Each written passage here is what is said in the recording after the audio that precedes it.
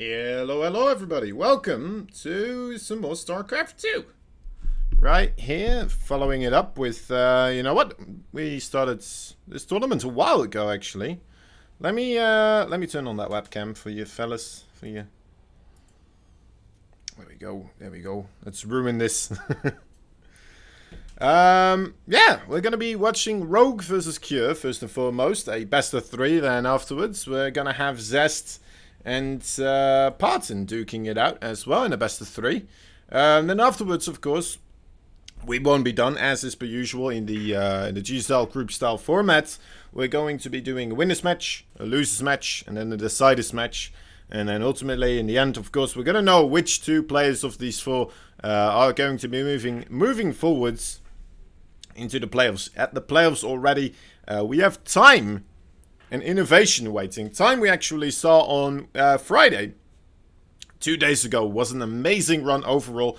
Really showed us some amazing stuff. Great upsets happened on Friday there, and he was actually the first person to move out of the group. A group that was filled with innovation, SOS, and Armani as well. You know what? And he didn't have an easy time either. He had to go up against against Armani, but then afterwards against Innovation as well. Innovation, a great TVT player, but you know what? I managed to get the better end of him, and yeah, was the first person to advance.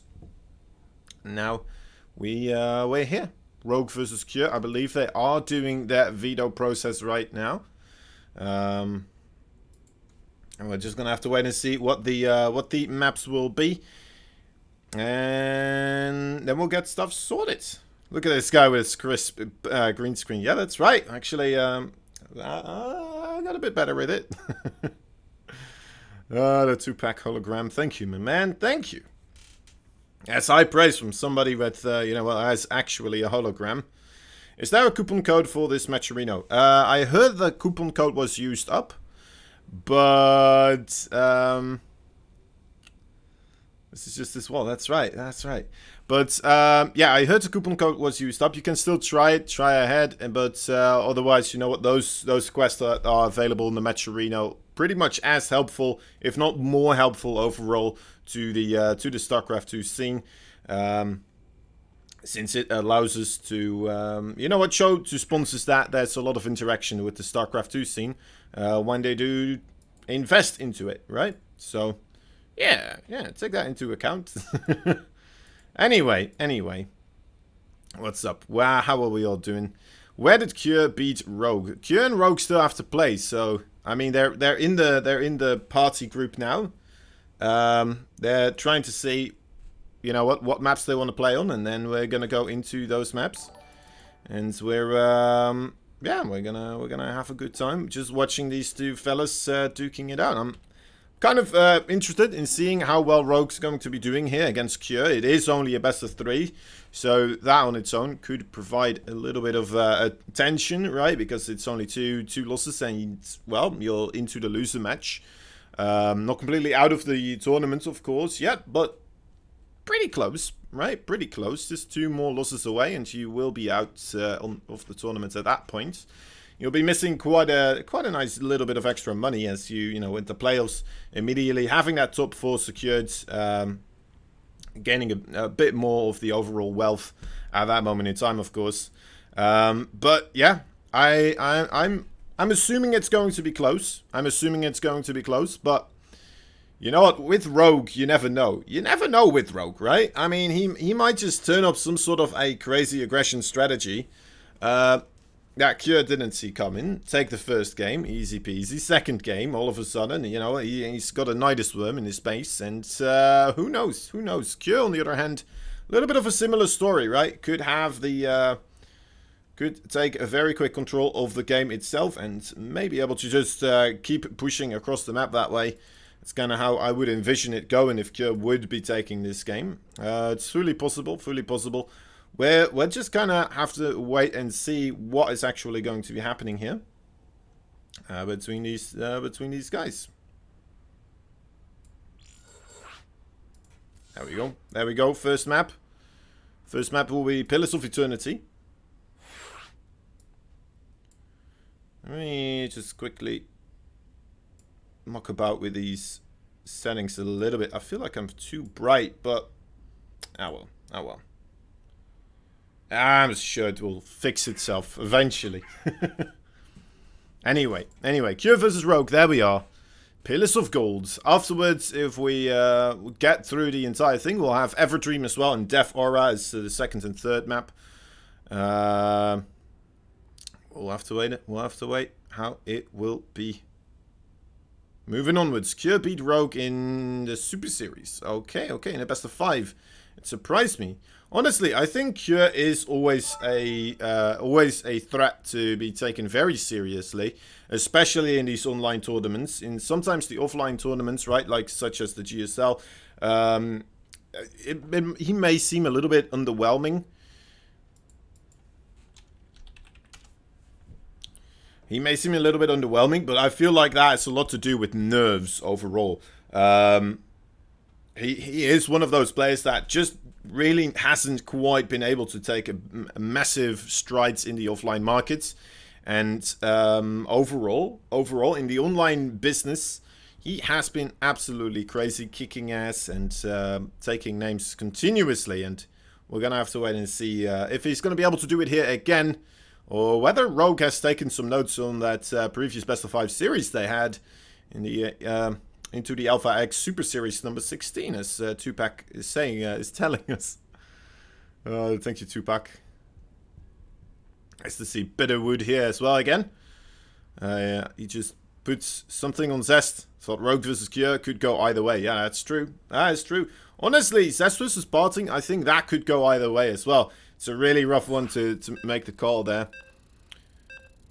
I mean, as Parting has been making some amazing plays, and I heard that he's been called to the military pretty soon, so that is a little bit disappointing, and maybe that's gonna overall motivate him to try even harder to win everything that he can right now, make the big strides. But then again, also that might mean he's gonna have to save a lot of his strategies overall for the oncoming GSL series, because it might be the last one for a while. And yeah, that's a rough one. That's definitely a rough one. Parting might be drunk like he was with versus Trap. Who knows? Who knows? He seems to be playing okay when he's drunk. He seems to be doing alright. So we'll have to wait and see if that's going to be the case here again. Anyway, in the top right side, here we have him. Finally, we have arrived. The Jin Air Green Wings player. He is Rogue. You know, actually, I looked up. Rogue joined the Jin Air Green Wings team in 2013. That's it's about seven years ago. He joined Jin Air Green Wings. Never left. Always been delivering overall, and keeping Jin Air Green Wings in the high stature that they are right now. Still, up until this day. In the bottom left side, we have ourselves the Red Terran player. Fighting for the Dragon Phoenix Gamers, he is Cure. The overlay says SOS, right. Thank you. That is still there from from when SOS was playing. SOS just comes in here. He's like, you know what? I'm gonna be red too, first and foremost. That's a hack in the game.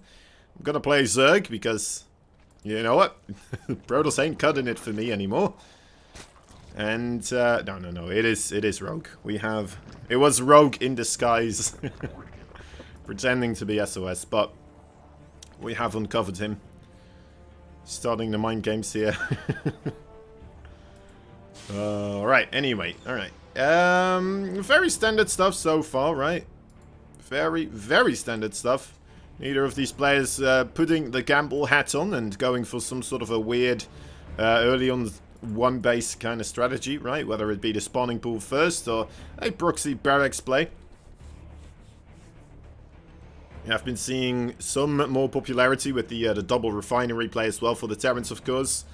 Going for a quicker, you know what, overall Hellion timing that way. Gain some traction in the early parts and then carry on through with the command center coming in at a later point. But, yeah, none of that in this sense.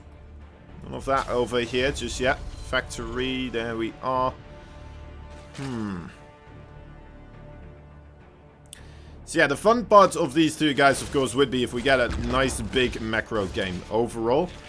I feel like Rogue has been just kind of making a comeback happen, not just because he won the GSL, but overall, yeah, he seems to be taking more games in more sessions, right? Not just in the offline, but also in the online. Really been stampeding out the overall games. Has had a lot of practice again, and seems to be ready to kick some more ass in this virtual reality we call StarCraft 2.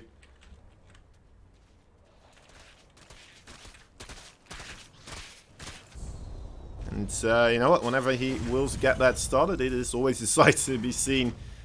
It's one of the top contenders continuously in any tournament to just try and take it all. Of course, Kjörn, he's no slouch either, as we mentioned before. Already going up with a third command center here rather early on. But might be able to get some stuff sorted. Rogue is washed up, guys. Well, it felt like he was for a little bit. And Rogue being washed up was kind of like Rogue not winning every tournament he is in, alright? Or just not quite getting top 4s as much as you would expect him to. But, I mean, it's hard to make the case that the GSL champion is washed up. Right? That is still so short notice that there's no way that he's still not... Right? There's no way he already kind of slumped up until a point where it's gonna be called washed right now. 2 Evo Chambers. How many queens do we have so far? 4 queens. There is the first initial aliens coming in with the Reaper. Getting 2 of those creep tumors already. That's always nice. With this amount of queens already stacked up on top of one another, should be easy to get those creep tumors back. The Banshee follow-up here for Kjörn. Looks like he will be... Where did it go? Okay, no, he's sending it across. I thought for a moment he was going to try and keep them together here. Or at least wait for the second one and then come in later. Seeing Rogue, nice position on those Overlords. Realizing where he can and cannot spread that creep towards. So seeing more Hellions and more just overall stuff from Kjörn. Moving across the map here. Playing it very safe overall. And that's something you have to do versus Rogue, right? Maybe against another player, Kjörn would have been feeling a little bit more comfortable just sending all those Hellions across the map as well. And just have a bigger front of Hellions at the at the creep edge here. Instead, we're seeing Kjörn really playing it safe. He knows that Rogue, one of those players that if he sees an opportunity to start... laying on the aggression on the other side of the map, maybe get damage done, he will jump on those opportunities and make you very quickly regret not playing it a little bit safer. And it kind of feels that way from both these players at this moment in time. Neither of them really taking massive risks. These 2 benches there also, you know, just overall a little bit of a safe harassment way. Already getting 5 workers though. The Queen's still in the middle of the map, of course, trying to maintain the Hellions, but looks like the Hellions were pushed backwards by the Lynx that do have speed right now. This is starting to get a little bit crazy, honestly. 12 workers. 12 workers. That's a lot of workers overall. There's no and ifs or buts about that one for sure. Hard to complain about 12 kills from 2 Hellions. I mean 2 Banshees. Especially because he still has those Hellions, that's what I wanted to say. Might still be able to get some more work done over here on those Zerglings. It's okay. Moves away again. This could be a good place for Kjörn to try and deny more creep spread. We're trying to look right now for, this is probably what Kjörn is looking at as well. He's trying to find good opportunities here to get himself passageways through the creep so that he can, of course, then later on come in with a Marine. And it looks like Widow Mine attack to really lay down the pressure and maybe kill a base or 2. Right now, going for the Medevacs into the main base. There's 2 Spore Crawlers here, so that 3 Spore Crawlers actually. Rogue not taking any chances here to early on aggression from those medavacs. All the Banshees, I suppose, as well, right? More creep being cleaned up now on the left side. Having the left and the right side, of course, both kind of getting cleaned up. Always allows for a nice 1-2 punch. If you want to do a 2-group kind of pushing style, which, you know, is very nice to do with the Marine Widowmine play. If you're going for the siege tanks, it's a little bit more likely to have everything come in through the same front door as the siege tanks. You know, a little bit more valuable. Don't want to just waste them. Widowmines, yeah, you know, if they get one good shot off, it's okay if you lose them afterwards, right? Not the worst of trades in that sense. If that happens to siege tanks, though, that's that's going to be a real bummer. Right, and actually will be a Widowmine drop into the third base. Going past into the natural as well, and it looks like, oh, a little bit of a slow reaction there. Gaining 9 worker kills in total. And of course we still have a main front door push as well, so... You know what, Cure not spreading out as much as I thought he may, but... Really playing it close here. Ooh, boy, this is... Well... Those Widowmines getting some good connections. Not quite the connections that will allow him to take the victory there, but ultimately I think this still could be rather worthwhile, especially in those I wanted to call them Bailings, but the Widowmines gain that much value. Mutalisk are coming in indeed, and there are also already Thors on the way. Meaning there is that armory already out, and allowing these Widowmines now to gain some more extra value. Overall, spreading out the Widowmines. Okay, Drilling Claws as well available, it looks like. And this is starting to get a little bit scary here, as there's, you know what, not that much in way of Bailing reinforcements right now. 5 more on the way. A little bit further behind, but they should be able to get targeted down. As long as Cure's control is on point, will in fact just pick up and try to reposition himself into the Widowmine field again. Getting actually, oh my dear lord, this is what I mean with the 1-2 punch. Alright, more units coming in from the left side. As we did see those 2 pathways getting cleaned up from creep, and there we go. More stuff just getting killed off. Rogue just taps out. He knows he took too much economic damage, and well played there by Cure. Those first initial the first initial Banshees coming in, killing 11 workers right there, and then suddenly everything just started falling apart a little bit there for Cure, right? Really couldn't gain any more momentum. He tried to go for the Mutalisk in that moment in time. Try to shut down the Medavacs perhaps from going everywhere, but ultimately it just wasn't enough. Didn't even really look like he had enough to take out one of the pushes, let alone both of those pushes at the same time. So yeah, we're gonna have to wait for the next one to see whether or not Cure is gonna be able to do that again to Rogue, as that was rather a disturbing sight, honestly. It's 1-0 for Cure, that's right. Are the playoffs going to be played today as well? No, they are not. The playoffs are still to be decided, unfortunately. We're gonna have to look at who, of course, is going to be the overall players participating, and then we're gonna be looking at a great moment in time. Yeah, that was a nice, overall cool, interesting strategy from Cure, right? Using the early Banshees, the Hellions, and some small Marine pressure to get rid of most of the creep, and then afterwards just coming in with the quick Drilling Claw Widowmines. Honestly, a very, very overall cool strategy that, you know what, once we saw the upgrades, or well, the overall buffs to Widowmines, you know, some of us may have thought to ourselves, well, this could bring back a lot of the Widowmine aggression. And Cure seems to be one of the players that really likes to do this type of stuff. We're also seeing, of course, versus Protoss, a lot more often right now, the Widowmine drop, but then also with an armory being added into the mix, which, you know what had a little bit of speculating going around, right?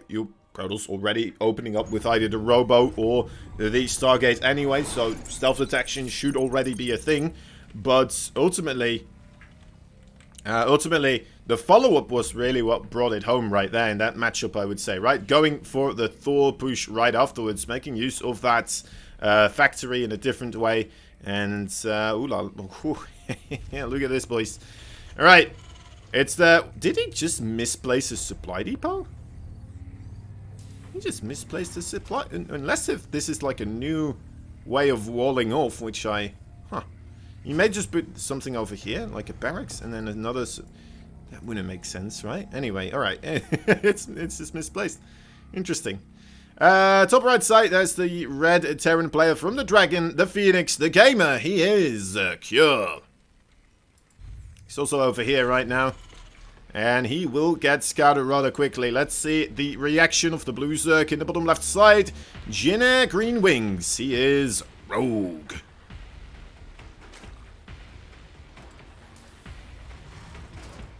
Huh.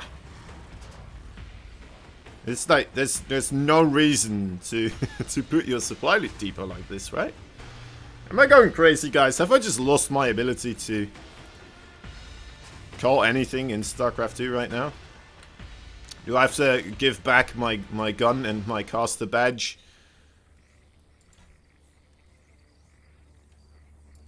I don't know. I don't know. Anyway, I've seen Rogue playing against this. No, wait. What was that? I think this was Armani playing against this. The previous time around, I believe... Well, I'm not quite sure if it was his time or innovation anymore. Well, I guess we've all seen this happening a lot of the time, right? But the previous time in this tournament did go into the way of the Terran player. Of course, very important to make sure those bunkers do not get up, because that will just add too much value overall. Otherwise, you're gonna have to go for some sort of a big follow-up attack, whether it be roaches or banelings or something very explosive in power to bust down the bunkers. Which is overall is a scary thing. Okay, so these two bunkers right now are coming up. We need to see some sort of action before this, of course, will be coming in. Alright, gets rid of one of them. Needs to just get the other one right now. The drone's getting a good surround overall. And that is, you know what, that's overall already quite a nice hold here, I would say. It's gonna have the queen available as well with the Zerglings on the creep. Just gonna have to do a little bit of micro here, and that should be a hold overall. Losing 4 workers, that is not the worst. I suppose that could be a lot worse, but pretty good, pretty good. It's not GG just yet, guys. Rogue will, of course, still be in a little bit of a tricky position as the double proxy Rex is not that much of a commitment. It's an okay overall commitment, and of course, pulling that amount of drones overall kind of, you know, I feel like it makes up for that 150 extra minerals that you put into that barracks. And, well, your work account should be pretty good too.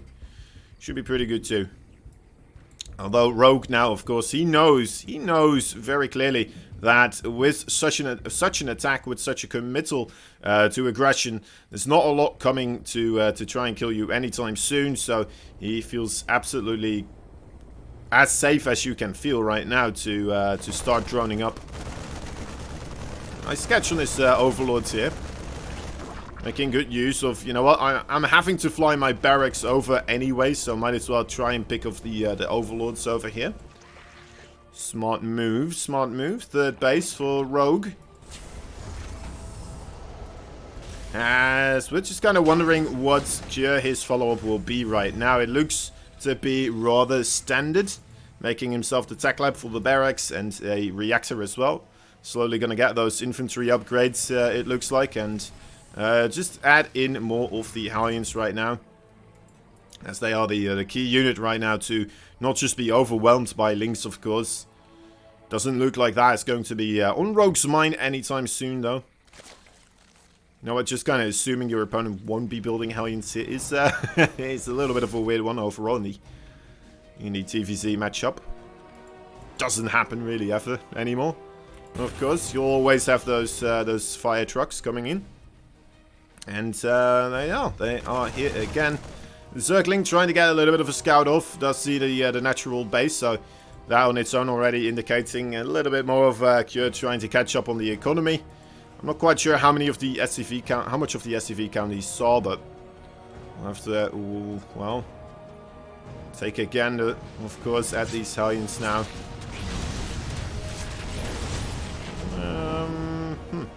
Very good hold there for Rogue so far. I mean, that was the minimal amount of circlings he could push into this. And pushes it back rather easily, I would say. Going to be able to have these 3 queens here as well. Not even a single creep tumor gone so far from these Hellions. The overall Overlord spread, though, I would have liked it if there was one a little bit more forwards here as well. Oh, the fake outs. The fake out, look at that. Trying to do a little bit of mind gaming here. Sending the medevac towards the main base. And then letting the Hellions come in from the top again. A very clever move, but you know what? Rogue not falling for it. Will be staying on his toes here at the top side still as well. And won't allow those Hellions to do any type of attack. Now, very often with this type of build, after the proxied Rex fails, you see a very quick 3 command center, right? Coming up. This time around, we're not seeing that whatsoever at all from Kjør. Instead, he went straight into the siege tanks. Got himself a good amount of Marines. I mean, he has Stimpack right now. Gonna have +1 attack pretty soon too. But yeah, he's already poking the front door of Rogue here. I'm a little bit, you know, questioning the overall timing of this, as the +1 and the combat shield still trying to get built as well. But let's wait and see if it can get a lot of stuff done here. There's no baneling speed. That is a big deal as well. So the siege tank's going to have a good time just kind of shooting away at those small balls of green goo, trying to waddle their way close to those Marines. But yeah, this is a tricksy situation. I'm loving the setup overall of the Hellion and the Marines there as well. Really tried to protect the Hellion there as much as possible, but ultimately the Queens on the high ground will be able to target it down. So nice overall prioritizing from Rogue there. And we'll be able to clean this up without too much of a hassle again. There is, well, more aggression coming in from Mr. Kjør, though. A drop into the main base. Let's see if this will be able to get damage dealt as well. There were no banelings remaining. Okay, there they are now coming in. 3 more workers go down. Ooh, okay, quick pickup. Not the greatest Widowmine explosion we've ever seen. Rogue, he is holding on here, but it does feel like, you know what, Kjør is getting a little bit of a, slowly walking away with the game here. Looking at the overall supplies, it's telling a grim story here for Rogue, although he is, of course, getting him another base right now, the 4th base, as we're still on a 2-base economy for now for Kjør, although, of course, that 3rd base will be ready soon to start moving across towards an actual base location. So a lot of banelings on the way. You know what, if Rogue actually holds off this attack right now, that may provide a possibility for him then to also push across the map and then try to get the denial on that 3rd base to actually be in a good position and continue mining there. We're going to have to wait and see, of course. It also depends on how quickly Rogue will be able to deal with this incoming Terran excursion force.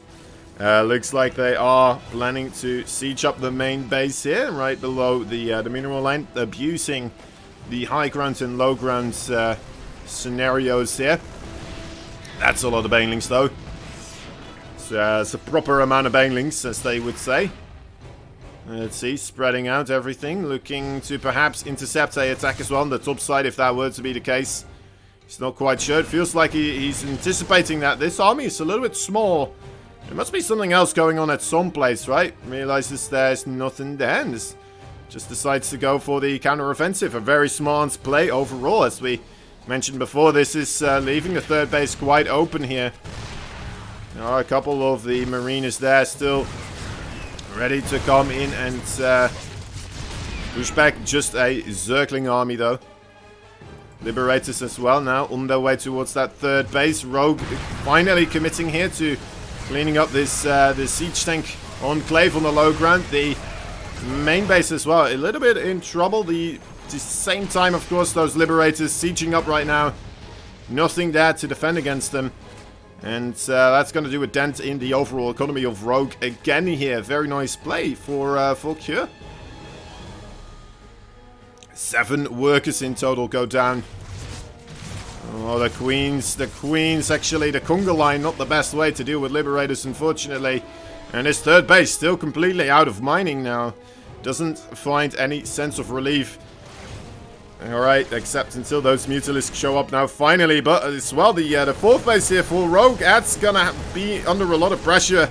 Okay, Kure not quite jumping right on top of those the drones.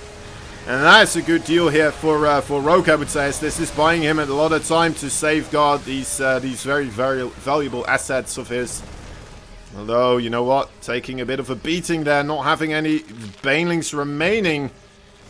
And now it looks like wave number 2 of these Mariners will be able to put a real dent in the overall forces. And there we go, as if this base not going to go down, then for sure the drones will, but you know what, targeting the base, an overall good move. I'm getting more and more worried here, guys, for Rogue, as the army supplies are telling a very convincing story here for Kure, and those, you know, with those spread out Marines, they will not be caught off guard. I am fearing the worst with everything. Terran now moving across the map. How many siege tanks do we even have? There's only a single siege tank, but it seems to be enough. The Mutalisk, they got themselves a pretty nice clump overall, so they are able to deal with the overall small, tiny clumps of the Marines, but ultimately not quite being able to get it sorted. Rogue, once again, you know what? Going down there a little bit underwhelming of a performance, unfortunately. What you gonna do? What you gonna do? Kure just more so one of those players that continuously plays the straight up game. I think Rogue more of a player that will try to commit and win games off of mind games, strategy, stuff like this, timing attacks. Can make it look extremely one-sided in that sense, but ultimately in these online scenarios, it looks like Kure still has his number.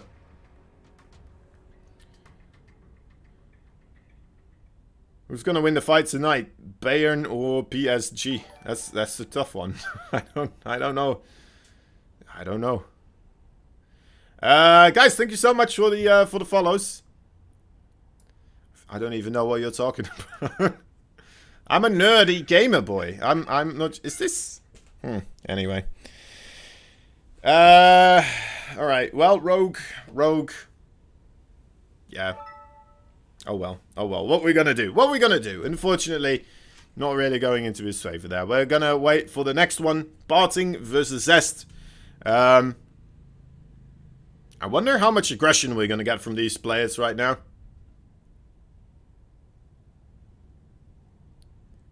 This macro looked absolute trash. Well, yeah, I mean, the overall non-stop aggression from Kure there as well. It's hard to execute overall, but Kure does it with a deadly precision. Maybe the first attack overall from Kure, I mean, maybe it doesn't look like it got a lot of stuff done, but I think Rogue over made units in that sense right there. Didn't quite manage to get his economy up to the point where he needed it to be. As the push for Kure really wasn't as all-in, perhaps, as Rogue was anticipating it to be. Because after that first attack, you saw that he held, but he held with such an enormous amount of circlings. He still went for a counter-attack as well afterwards near the second wave of units, and maybe losing then, you know what, bleeding a couple too many circlings and banelings in the main base fight. Continuously trying to wash away those Marines, getting shot by the siege tanks on the low ground. So overall, just tiny little engagement things there, providing Kure a smaller and smaller advantage that just grew into a massive advantage later on, where it just kind of looks like, all right, well, yeah. I like the way that Tasteless puts it sometimes with these arm wrestling matches, you know, where you see one player just kind of pushing someone further and further, and then ultimately it becomes this easy push down into the table. And then the easy push down into the table is really what sticks into your mind. But then, you know what, the intricate little things that happen before you actually get there That's what decides a lot of overall as to who will be able to get themselves pushed into the table. Parting result. We're still waiting for the games between Parting and Zesta. Is still going to be happening here. So they are coming up next. In the games between Cure and Rogue, Cure won 2-0. So there you go. When does Parting have to go to the military? I believe it is like on the end of 2020, something like that. Something around that overall time period. I'm not completely sure.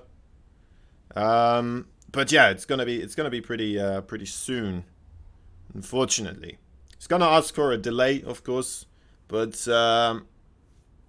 yeah, I don't know that much about military service there. I'm not sure if you're already been, or if you're being called for it, how much of a delay you can still get at that point.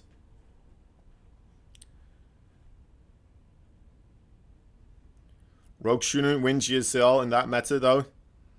I mean, he did, though, right? I mean, he definitely has a set of qualities that he knows how to execute very well. It's just in these online settings, I feel like the standard games that are being played here, right? That you don't really have these players planning a massive overall strategy for every single match. Which is where I think Rogue shines, but just playing straight up, continuously, just beefing out games, right? Cure just takes the prize, for sure. I mean, this is his home turf, right? The online cups. This is what he does. So yeah, if you wanna improve in ladder overall, I would definitely recommend looking at players such as Cure, and maybe not as much looking at players such as Rogue. But he is an absolute beast at what he does.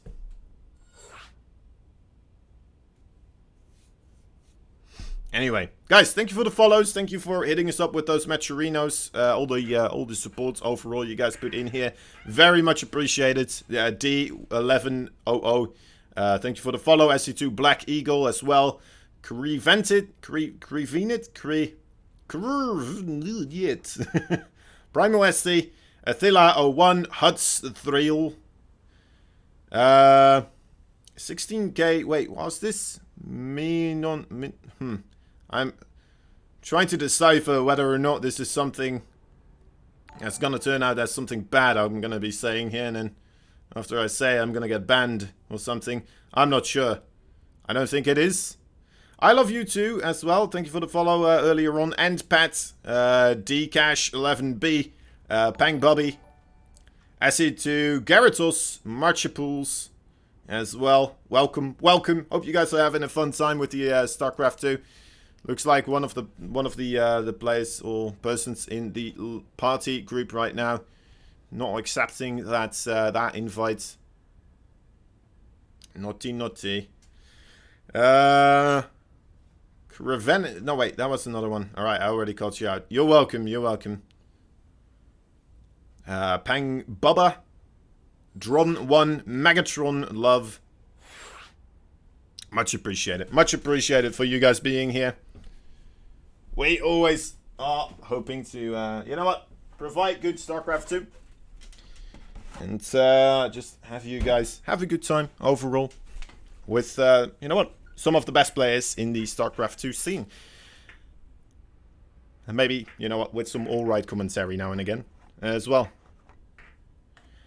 The way he lost to Scarlet was a simple mechanics micro error at the end. He accidentally stopped blocking Scarlet's spines. It's cheesy ZVZ, so you can't win them all. That's right. And I mean, those games, man, if you like, the tiniest things in those situations can make or break the game. And we all know that is something very losable. No matter how good you're gonna get, you're gonna have players that are better at executing the thing you're trying to, you know, what, prevent from happening. And Scarlet taking down Rogue in that setting, that was I think one of the coolest moments overall that we've had recently in StarCraft 2. And I'm hoping we're gonna be seeing more of that kind of stuff in the future. It was pure cheese, yes. Sometimes pure cheese can be the best kind of StarCraft too, right? It's a lot of fun to just see that. Alright. Game number 1, guys. Parting and Zest.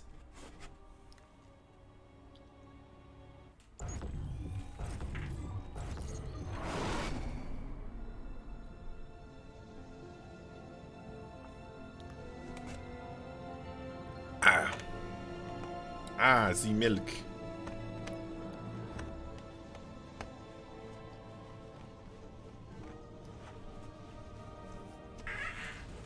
You know what's weird?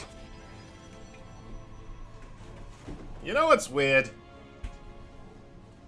A player like Rogue being overrated, but at the same time making a GSL best of 7 finals look boring.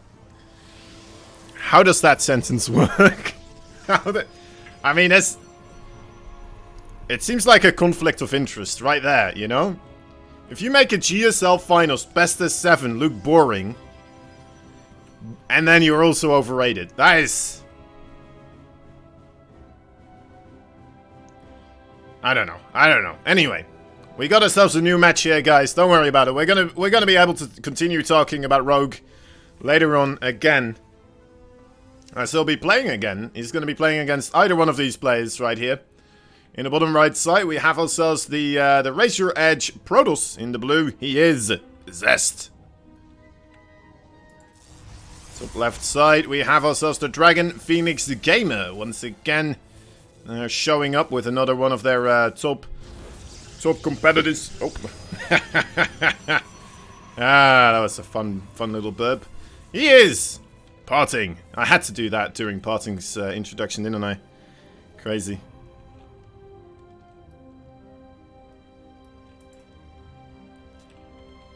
He would enjoy that, I suppose. Okay. Well, a little bit of a mix-up already here from Zest, not going for the double gateway. Also, I mean, he's already got this pylon till half HP. It's getting there. Huh. Can you do this? Is this a thing you can do? I mean, if this is a thing you can do, I'm wondering why nobody is really doing this. We're gonna have to keep our eyes on this. Yeah, okay. It's looking weird. Half HP pylon already. Not bad. Not bad. Might be able to come in there at some later point. You missed Cure versus Rogue. Who won? I mean, I don't think you have to be that sad. Cure really took it rather decisively with a 2-0 victory.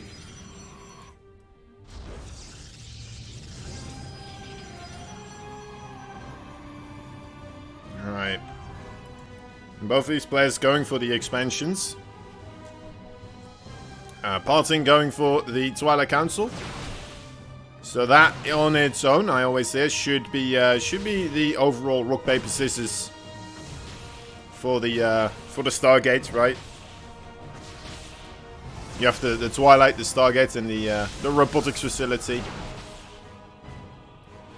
Twilight trumping the Stargate, Stargate trumping the Robo trumping the Twilight. So overall, starting wise, positioning, Zest a little bit at a disadvantage, you would say, just because of that. But you know what? I've seen games with a bigger advantage being thrown, or suddenly turning around and going in the other direction all of a sudden.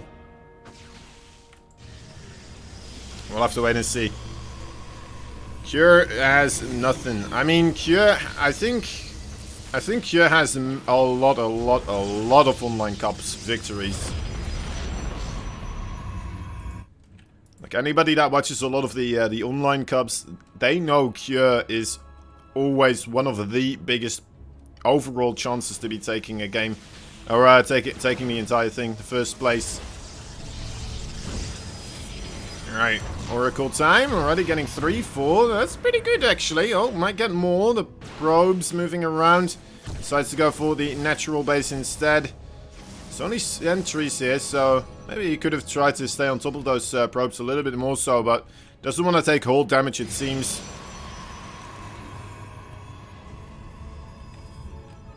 Other names backwards, blue should be on... Yeah, you're right, you're right.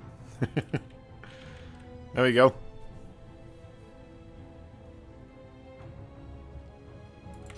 I had to get rid of that habit after casting SOS, because SOS has this name tag always in barcode.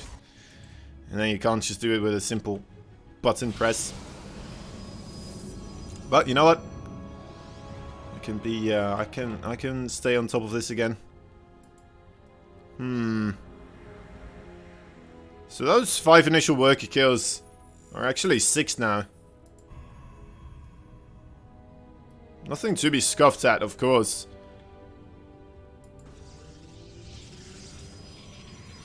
Both these players now already going for a third base. A lot earlier here for Zest. Which I suppose is kind of a thing you can do when you're about 9 workers to 10 workers ahead.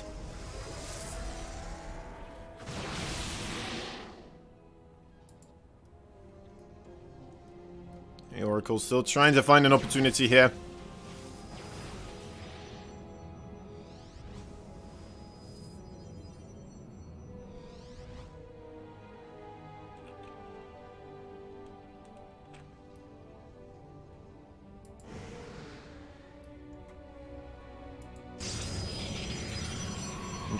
Interesting stuff here developing overall. Both of them just kind of producing as much as they can. Zest, he made this is a full wall off. I don't think it is, right? It may be. I don't know. There seems to be a little hole there. It's gonna be rough to ever get himself into that main base, of course, and that may be something that is definitely on the mind here for Parting, having that Wild Prison ready. Could always be a possibility.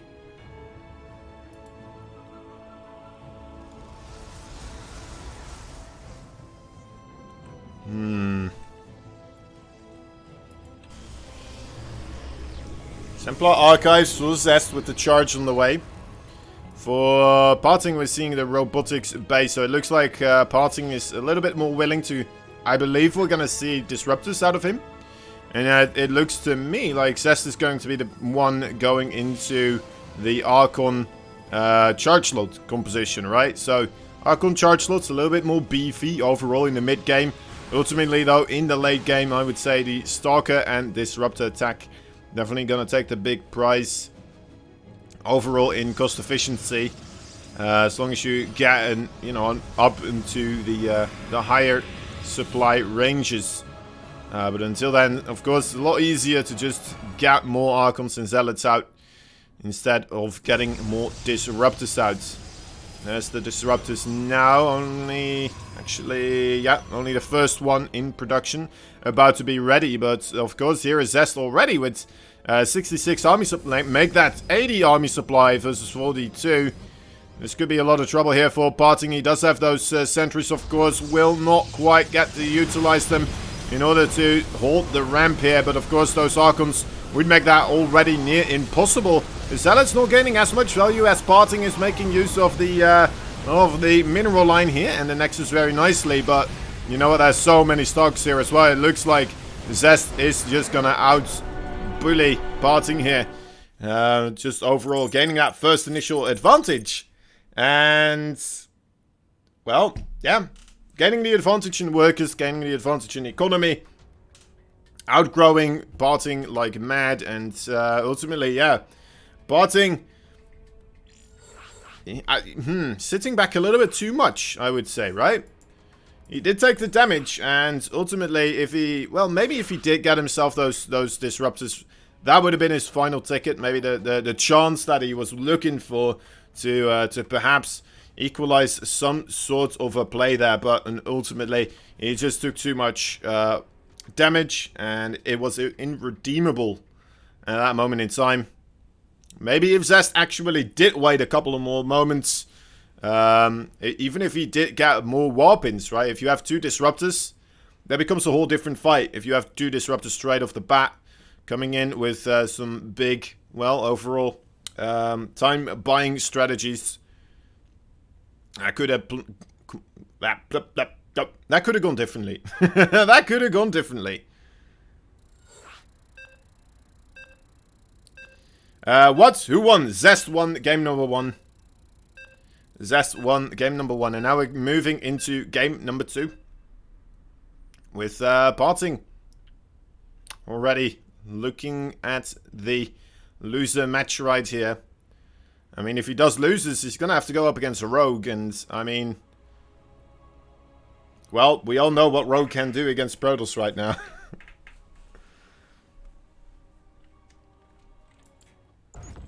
Of course, I suppose neither Zest or Parting are really Protoss's like stats.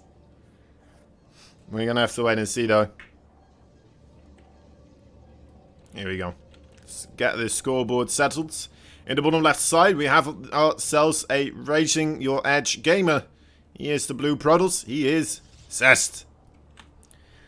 Top right side, there he is, the Dragon Phoenix gamer. He is Parting. Can he join his teammates in the winners match here? By winning 2 more games in a row, or is he just looking to avoid the team kill? That could be the case, of course. Parting, a very nice guy after all. Not sure if he would try to avoid any team kills, though.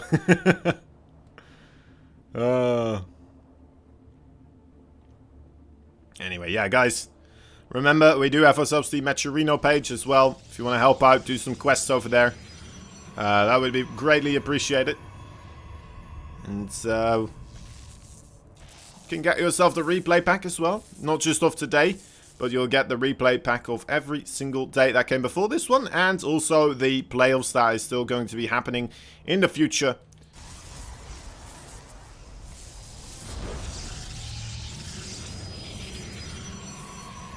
Parting here again, going for the double gateway. Zest going for the gateway into the Nexus play once more. So overall, he's delaying his cyber call by a little bit. He's delaying any type of production by a little bit. But that is one of the things that Parting may still be able to take advantage of, right, in this situation. Which is something we kind of didn't see at all happening. Because Parting felt like he was stuck on his own main base and natural base due to the Oracle, right? Didn't feel like he could go in when he did have those the number advantage. Because of that one single Oracle not quite getting picked off. Maybe this time around Parting will adjust and try to be a little bit more aggressive here, seeing that there's only a single gateway.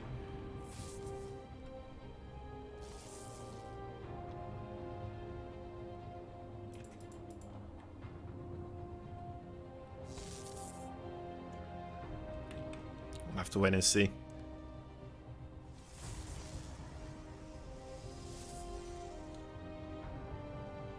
There is the Stargate again. Well placed. Will not get spotted by the probe. Zest also still trying to get himself some more scouting information here, but gonna be foiled with those plans. And Parting, oh my, Parting.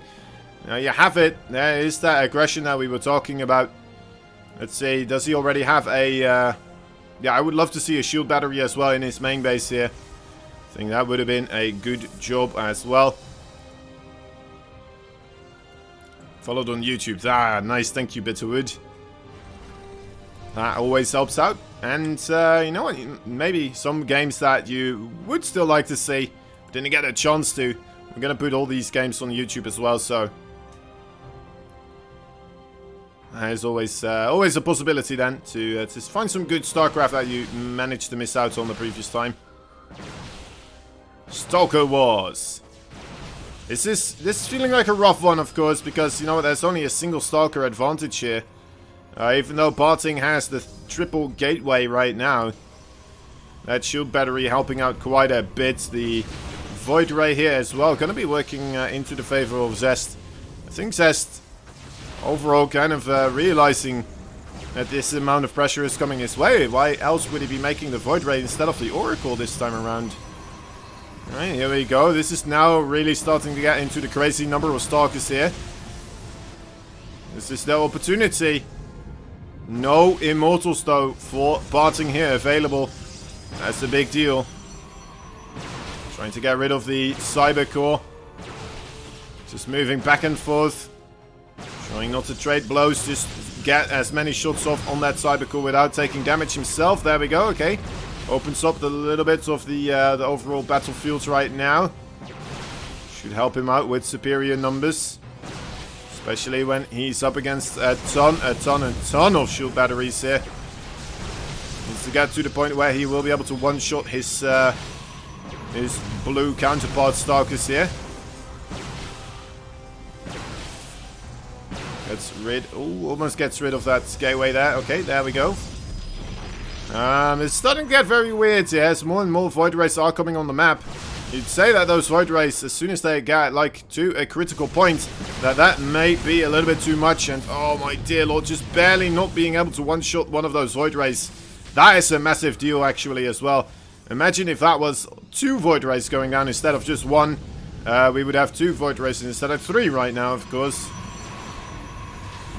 And Parting realizing it doesn't look like he's going to be able to break the front door, so spreading out his forces now a little bit, perhaps gaining some momentum by forcing Zest to spread out a bit as well.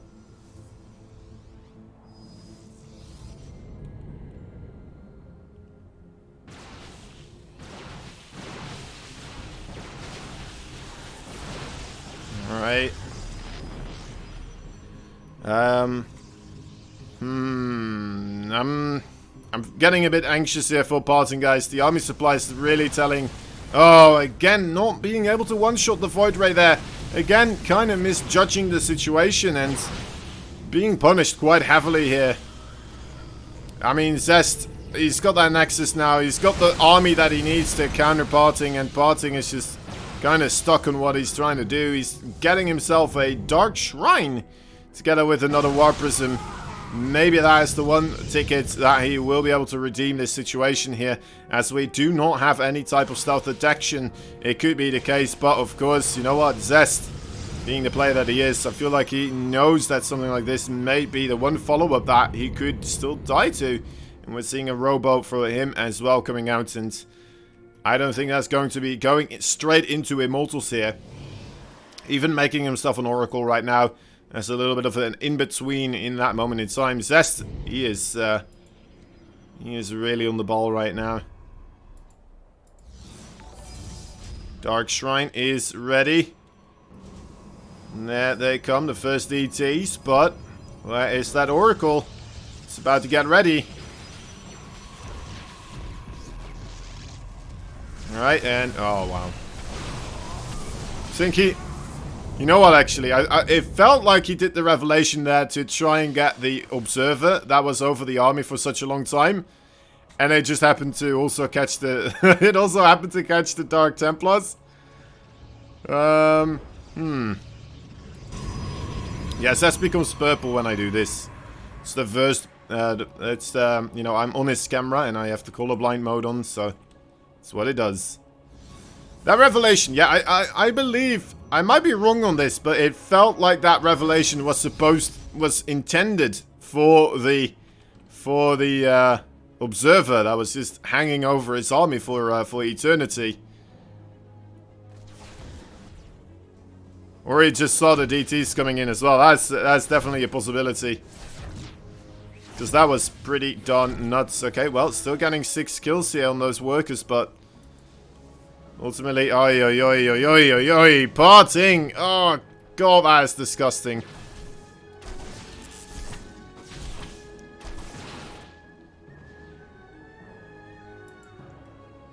Gotta be careful. Yep, there's Observer there as well, so we'll not be able to get that DT in safely here. And Cestus goes up to 3 base. Feels like we're at a point where Zest could just push across the map already, right? 54 army supply versus 34. He built 5 shield batteries in that fight. He did not want to die due to some sort of a crazy attack there. And honestly, a lot of it came down to just Parting misjudging the situation twice on those Void Rays, right? If he manages to one-shot Void Rays instead of 2-shot, it becomes a whole different calculation, and the entire fight goes upside down. Potentially, just making it actually doable here for Parting, but instead failing to get the execution a couple of times there. Zest doing everything he can as well to keep tabs on what Parting is up to. As now Zest looks like he will be starting to get aggressive here himself. Finally going across the field of Eternal Empire. As Parting also actually going across right now with those Blink Stalkers. This could be an awkward moment, but I mean, to be fair, Parting, there's no chance in hell he's going to be able to get the victory by just battling straight up here with Zest. Unless if he has the 5 shield batteries of his own. He's going to lose that third base, there's no question about it. Finding an opportunity here to get into the base of Zest. He needs to do damage here. I mean, honestly, there's no alternative for him. He's got 5 Dark Templars here. Is he going to try to snipe down this, the Observers? Is that his plan here? He's going for it. It's a gamble, but I mean, it's the one gamble he has. He knows it's not working. GG is called. Zest takes game number 2. As well, and another clean sweep here in the pro circuit. That means we're going to have Zest versus Cure as our next matchup. The 2 players that did manage to get the 2-0 are going to have to go up against one another. And then afterwards, we're going to see Parting versus Rogue. And see which one of those players will be the first to be kicked out of this group. And which one will still be, you know what, having another chance to try and stay alive here. And still secure a spot in the semi-finals. You want to see the PvZ so badly? Well, that's coming up. Parting versus Rogue is going to be happening. Are the games today? These games are today, so we're seeing,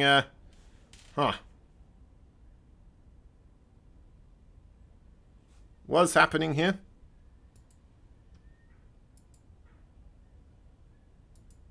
Yes, apparently a viewer bot trying to tell us to...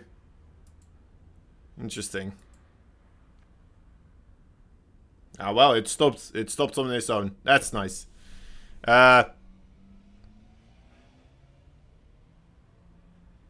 Interesting. Interesting. Alright, anyway. Anyway, as I was trying to say here. Cure versus Zest coming up. So we're starting off with the TVP, then we're going into the PvZ. We're seeing all the matchups here today. We've seen TVZ, PvP. I guess we're not seeing TVT and ZVZ. That's the 2 we're missing here. There's an option for chat, by the way, to only allow email-verified Twitch chatters. I see. Well, to be fair, we don't have that many Twitch chatters ourselves at any point in time, so we're kind of happy with anyone that sends messages, in a sense. You know, it makes us feel more wanted, except for when it's bots, of course. That's a bit of a mixed feeling. Alright, anyway.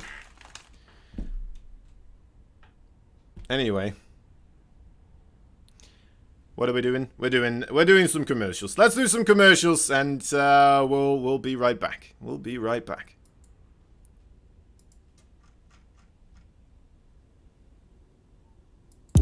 Only a couple ghosts, though. 3 ghosts in the army of Kiwion right now. It's not enough. It's not enough. Caustic Spray is doing so much damage for Ragnarok, and here we go. Ragnarok ready to engage. Gonna catch actually a really nice place here for Kiwion, but oh man, the Neuroparasites from the backside. Ragnarok Neuroparasites every Thor, and with 4 Thors still Neuroparasited, Ragnarok is gonna close things out. 2-0. What a game.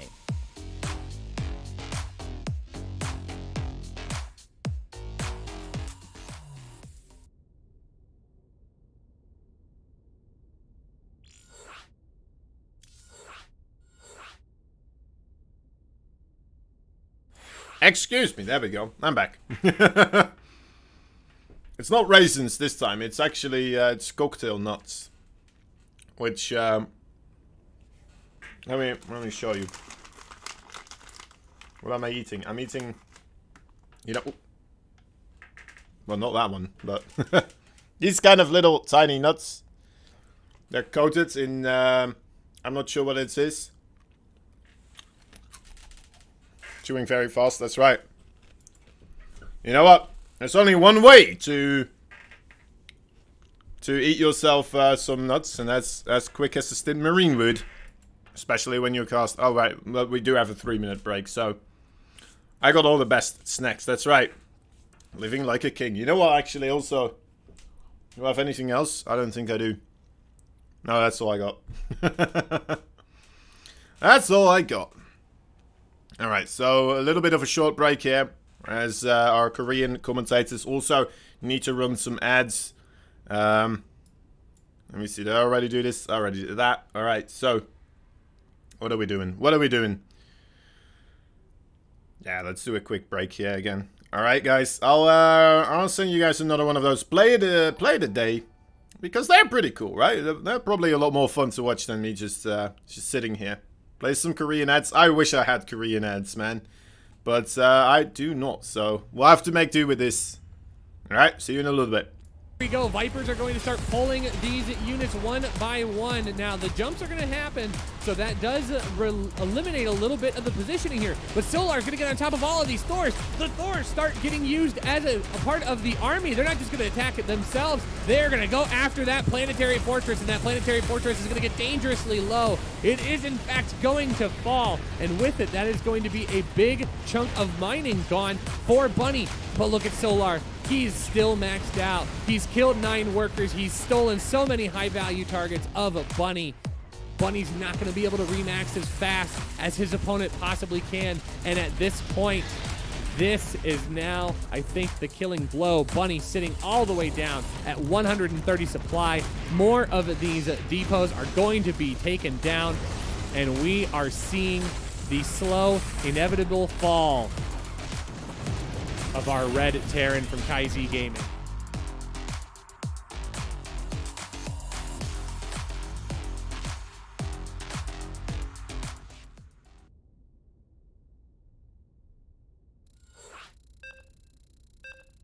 All right, nice. All right, nice. Is G Fuel good? I hear G Fuel is it's supposed to be pretty good. Yeah, overall.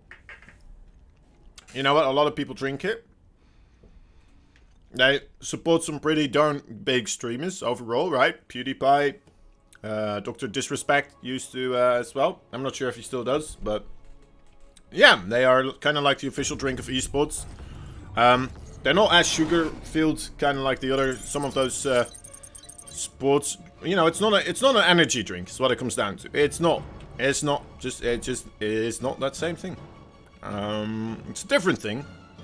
It's a formula, right? So you have a powder, and then you mix the powder with the waters, and then you become like Zest when you drink it. That's right. Not only do you become like Zest, you become like Ro8 on the best day as well, and then you'll beat Zest in the best of 7 in the GSL finals. And then people will think you're washed up, but that's just, you know, the side effect as well. Because people don't like to see the boring games. Anyway, in the top left side of the map, we have ourselves a Red Terran player fighting for the Dragon, the Phoenix, and the Gamers. He is Cure. Parting did lose against this man right here in the bottom right side. He is the blue. He's the Protoss. Ro8 Gaming's Zest.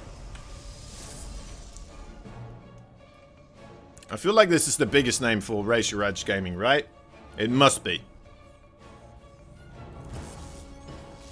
Zest was playing with mouse only yesterday. I mean, what kind of thing was this?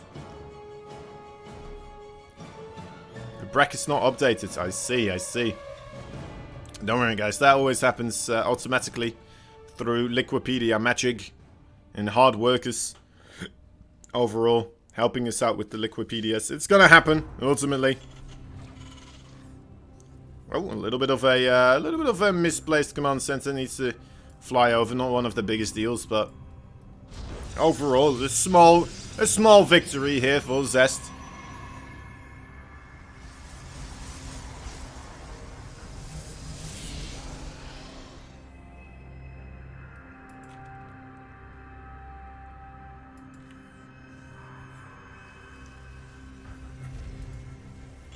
Huh. Both these players are kind of deciding what to be doing here. Of course, Zest in his PvT, he's a little bit predictable, I would say, right? Zest one of those players that, you know what, he's very creative with his builds. But ultimately, once he finds a build that he thinks is the best build, he kind of refines that build. He becomes very good and adept at using it. But ultimately, makes him a little bit predictable as well. Which is kind of funky because, you know what, people always say Protoss is the race where you need to be unpredictable, right? But Zest kind of proving the opposite of that in a way. By continuously just doing very predictable things. Like he's making the Twilight Council. I'm pretty darn sure Blink is going to be researched right from this. There we go. And yeah, from the Blink. I guess he can take it a couple of ways from the Blink play.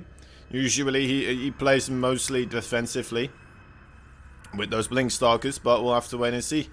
And then ultimately, yeah, he will go into the Dark Templar with the Blink as well, right? He just loves himself some Blink. What can I say?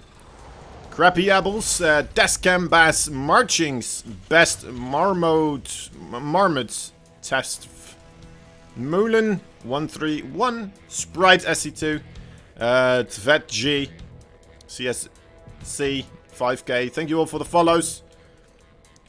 Much appreciated. And you know what? Let me tell you guys about this.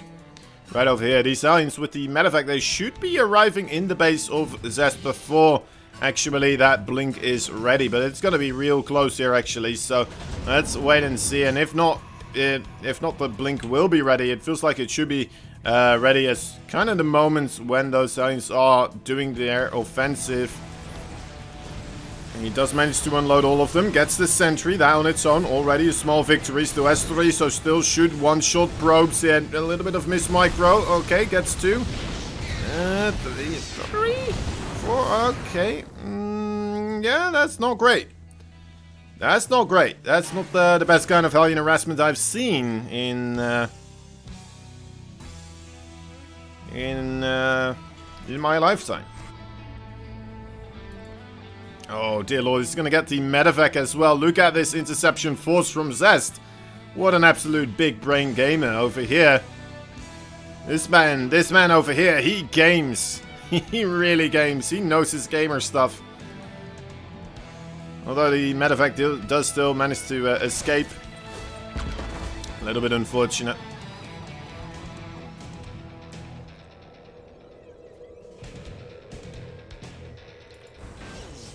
Cure, I mean, he's gonna have to try and figure something else out, right?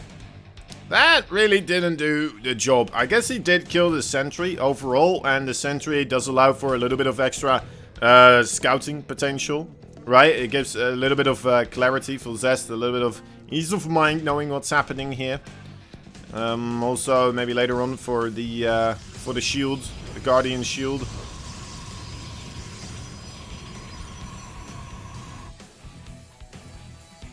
It's a lot of gateways. It's a lot of gateways. 5 gateways right now being produced. A charge as well getting constructed. We're not seeing any kind of follow-up just quite yet for the tech routes here. No High Templar archives or any type of robotics bay either being constructed. Just more gateways for now. Zest did get himself that 3rd base though, so this might just be a bit of pressure across the map here. Could also be that he's just looking not to die any moment in time here. Probe stuck between the 2 pylons. Getting himself a forge. Okay, looks like he is just gonna be applying pressure here, I'd say. Losing the observer, but, you know, it still sees that the army is on the low ground there, near the third base. Grants a little bit of a pathway for the War Prism to deploy a bunch of those zealots. And oh my dear lord, look at that warping right there in the main base. The Stalkers here jumping right on top of that siege tank, trying to take advantage of this situation. And, I mean, doing a pretty good job so far. Does manage to get the command center here up in the sky. The Blink Stalkers may want to just continue onwards with their onslaught here into the main base. The Zealots as well, providing a good buffer for some more Zealots being warped in continuously. And Zest, you know what? He has stopped producing anything. This is actually quite a committed attack here. Let's see if it's going to pan out in his favor. The Zealots, oh great Widowmine hit there though. Let's see what is still remaining. There's still a siege tank and a Widowmine on the low ground there, and the siege tank hasn't been shooting at all whatsoever. You know what, guys? I think Zest may be doing this. GG is called.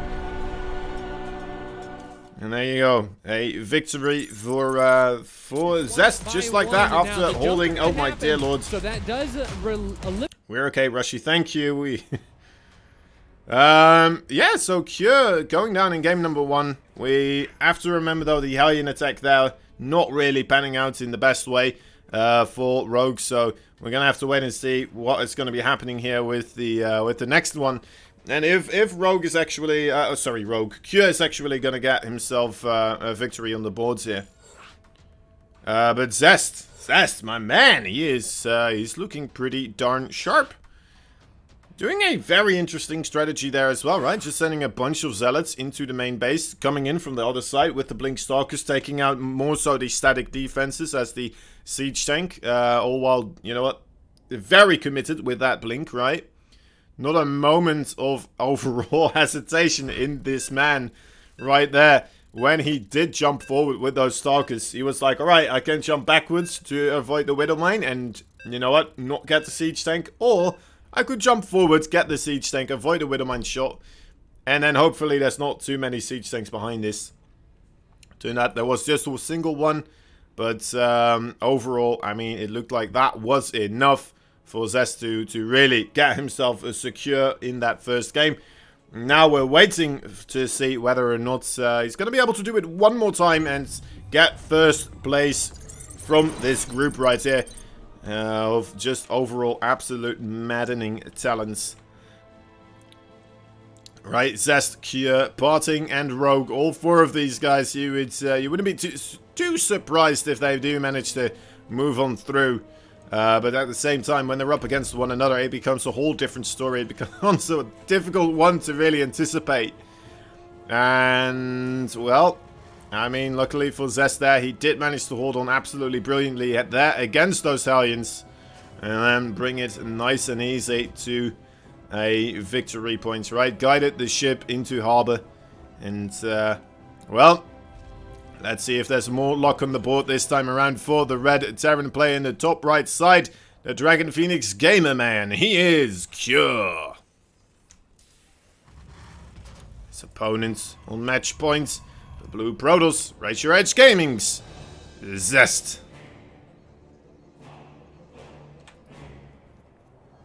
Parting is a wild card in PvZ. Yeah, I agree. He's, he really is a wild card overall. Now, personally, I would love to see Zest moving on through here. Not mostly because, you know what, I don't like Cure. Well, I love Cure. Don't get me wrong with that. I'm saying this wrong. I would love to see more TVC or TVP in the next one. In the deciders match. And that's going to be a given if Cure does lose here and Zest moves onwards. Otherwise, we may get ourselves a bit more of the PvP matchup. Overall, it's okay, but we'll have to wait and see. I don't like Cure. Best caster ever. I do like Cure. I don't... Oh, well, you know what I mean. You know what I mean. I like Cure enough that I would like to see more games of him. Oh, well. Oh, well, we'll have to wait and see.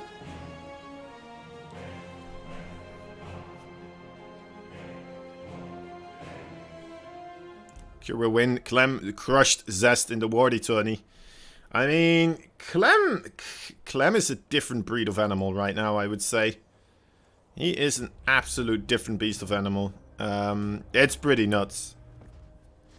And to be fair, like, the matchup PvT, when they do play it on a higher amount of ping, it becomes a different story as well, I suppose, but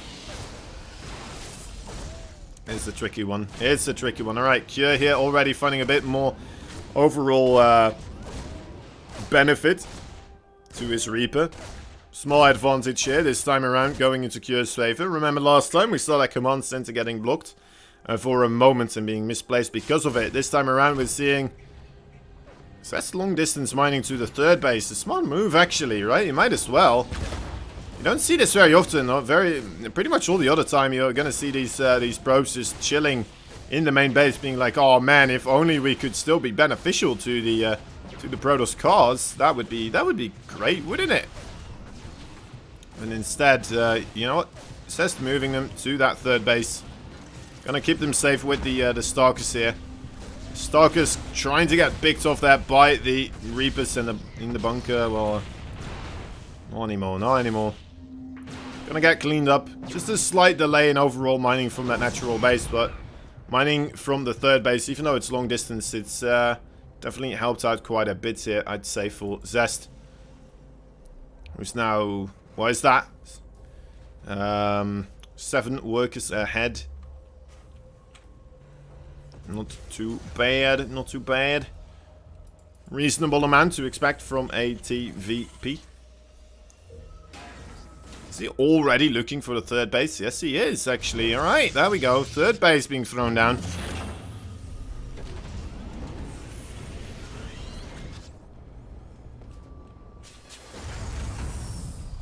Raven in production here for Cure. I mean, when you're playing against Zest, I'd say Raven's probably a very smart choice. Already the Twilight Council with the blink on the way. Here we are again. But this time around, of course, it is a completely different one. With a quicker third base, I'd say. Unless if I just didn't see the third base in time, the previous time. That could be the case too.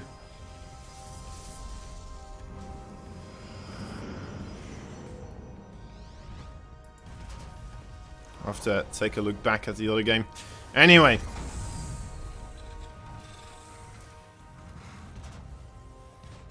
Hello. Fetsy. Bitterwood. Tupac. Friendly bunch of fellas. Hallucinated Phoenix here, trying to get a good glimpse as to what the production is looking like for Cure here. Sees the barracks, the triple barracks, the factory, engineering bay, everything looking absolutely normal in the base of Cure. As the third base for Zest now starting to mine as well. More gateways to be created in order to keep the bases safe. No War Prism actually here from Zest as well. Wondering what he's going to try to bring here. I mean, he does have Blink, so Stalkers could be a thing. But Zealots overall, of course, pretty darn good at cleaning up those SCVs as well. Raven going to be able to find this War Prism though. Oh, did he not see it? Oh boy, I don't think he did. The Raven not there to try and see the War Prism. That was just there trying to get across the map to do some intermixed harassment here. Unfortunately for him though, the Raven did get spotted by Zest, and already there with all these Stalkers. They are... Oh, that's a very quick pull away. But it's not going to help him out. Throws down a couple of auto turrets, but that's the best he can do. In this drop, we have 2 Widow Mines with a good amount of bio, but... Yeah, Cure just backs out of that. Does not want to commit in this situation. He's going to wait for those other 2 medevacs to pop up again as well. And then maybe in that moment in time... Oh no, actually moves back with those as well. Again, not quite jumping on the opportunity for that War Prism. Makes me wonder if, you know what, overall Cure is missing out on the minimap here now and again. Does definitely feel that way. His third base as well, very, very slow in comparison to Zest's third base, but Zest, it feels like he is more so kind of focused on making more Stalkers and army units rather than probes at the moment,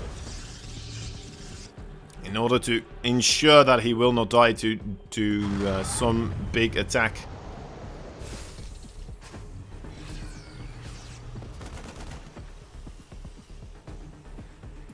Alright.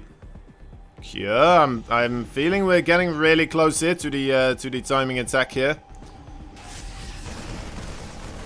Timing attacks overall, of course, a little bit losing favor for the Terran players against the Protoss. But, you know what, Cure looks like... no, he's not even going to go for it. Just going to set up that third base right now. Zest is already set up with a counterattack as well if Cure does decide to go across the map here. Hallucinated Phoenix immediately going across as well, checking to make sure there's nothing moving towards him. Oh, these drops right now. One of the medevacs getting cleaned up. The other medevac right there. Oh, that's a rough one. That's a endangered species medevac right now.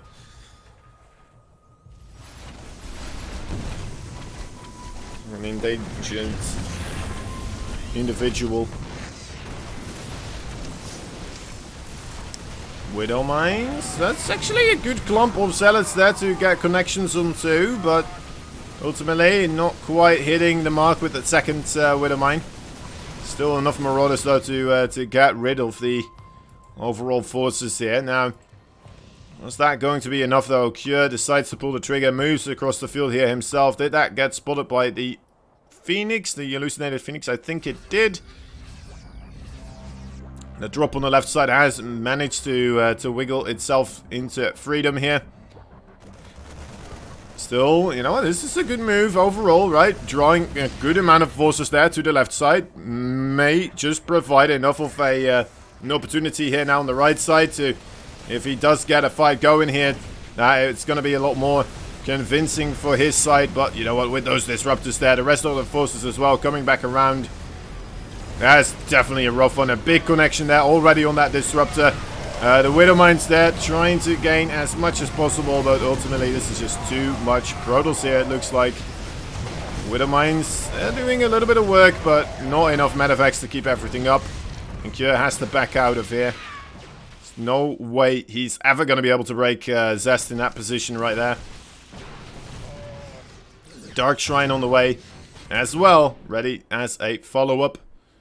As Cure's going to have to scramble every little asset that he has in order to try and defend this base still.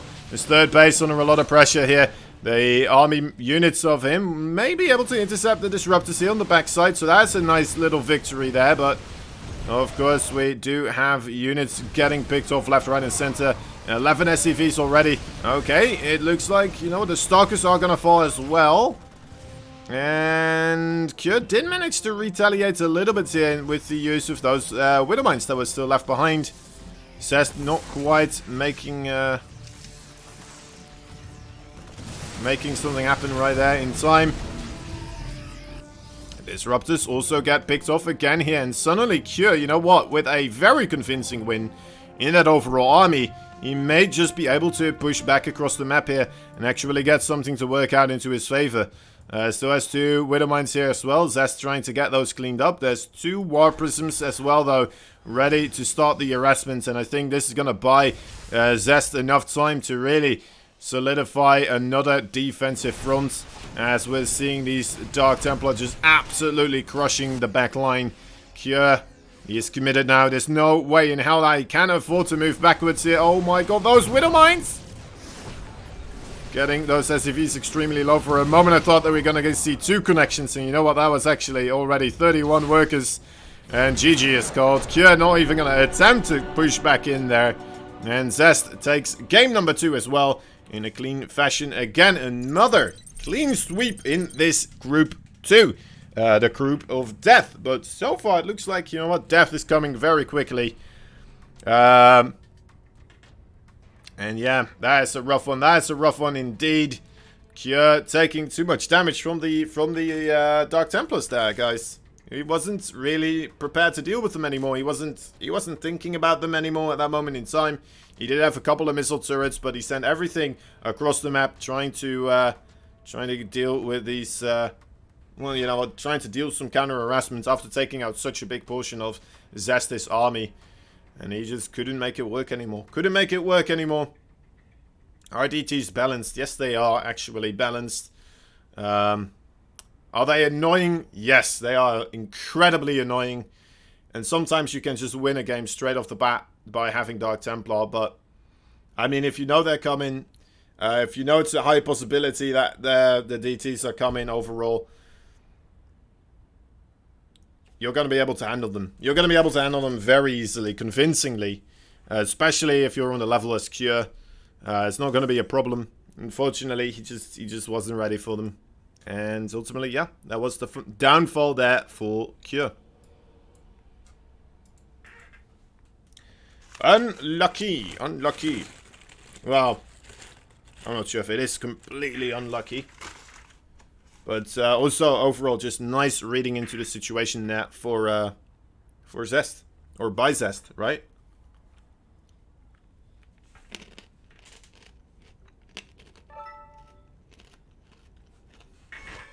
And to be fair, like, Zest, he held that attack, right? He held that third base very, very convincingly. Afterwards,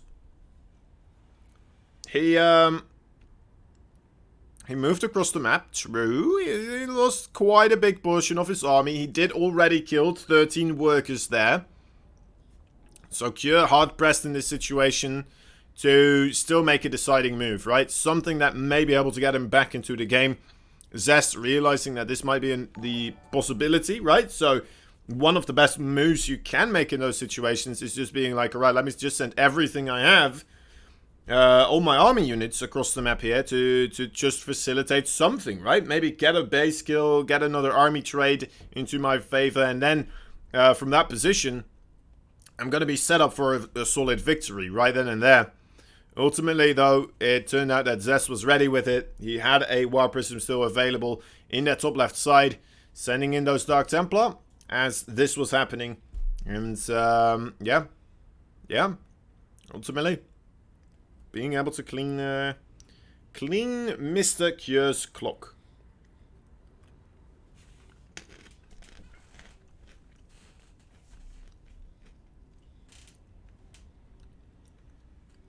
Vipers pulling motherships and carriers is not balanced. I don't know.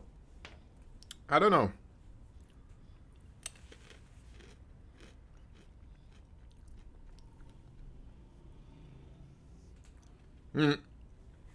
The other thing about the mothership is if you wouldn't be able to deal with them in such a manner, I mean, then they wouldn't be balanced, right? In a sense. StarCraft 2, such a volatile game. If units and armies die incredibly quickly,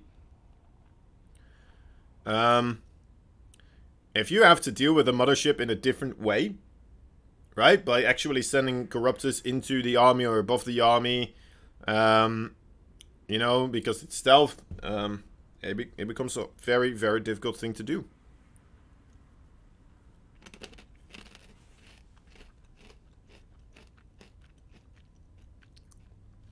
It's a rough one. It's a rough one. But, you know what, with Parting and Rogue here, I don't think we're gonna get into much of a late game situation, honestly. I don't think this is anything that applies.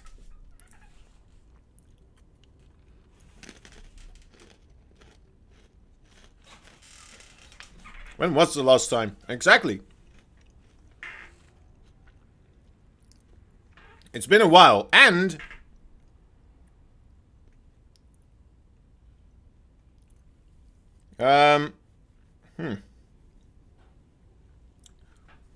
so, yeah.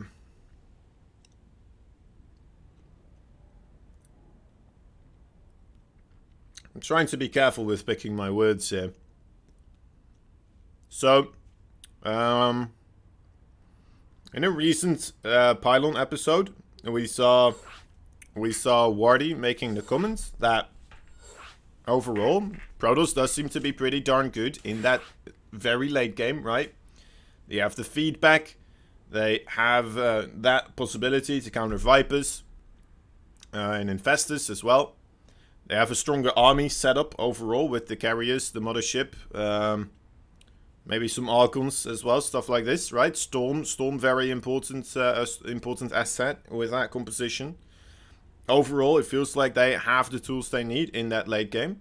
They just seem to struggle to get into late game, and that's because Zergs are just trying to avoid the late game. They don't want to play the late game, right? So, is it a problem when one player tries to avoid late game that it is unbalanced in that other place, right? If that makes sense. If one player, like you only have two players, right? If one of them already is convinced that he doesn't want to play the late game, right? He knows he's gonna have to make decisive moves before we actually get to that point. Then, you know what? It makes sense that we don't get to see late game because, you know what? Half the decision making in an entire StarCraft 2 game comes from that one individual that's saying like, I don't want to play late game. So if that is happening, and of course you're not going to get late game because, well, either they're going to try to tap out, or they will tap out, or they're going to be like, you know what, never mind, I'm just going to go for a big offensive at a earlier part of the game. It's, yeah, Anyway. In the bottom right side of the map, we have ourselves a red Zerg player fighting for the Jin Green Wings. He is a rogue. So left side, the dragon, the phoenix, the gamer. He is parting. So yeah, the first person here that will be that does lose 2 games in a row, or well, 2 games in total in this best of 3, of course, is going to be the first person to get eliminated from this group. And after already completing that first group stage right here, to go down in a second group stage, always a little bit of a tough pill to swallow. Right before it really starts kicking into high gear with the prize money. Always going to be unfortunate, but anyway. Here we are. Gateway opening for parting straight into that Nexus, realizing there's nothing to be afraid of here for him. For now, at least, right? We all know that Rogue, definitely a possibility for him to just suddenly ramp up that aggression from 0 to 100 real quick. Gonna be interested in seeing whether or not Rogue is gonna implement any of those types of strategies. I mean, he's already played the GSL Finals versus the Protoss right now. Any strategy that he did use there no longer needs to be kept secret, but at the same time, I'm pretty sure Parting saw that same Finals, so...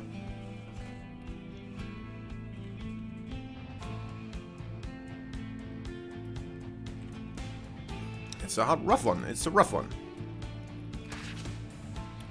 You have a very peculiar accent. Where is it from? You sound South African sometimes, but then it's completely gone. I'm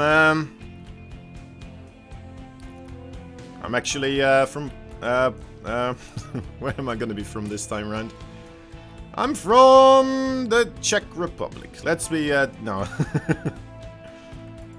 On the internet, you can be whoever you want to be. In my accent, it is a Dutch accent.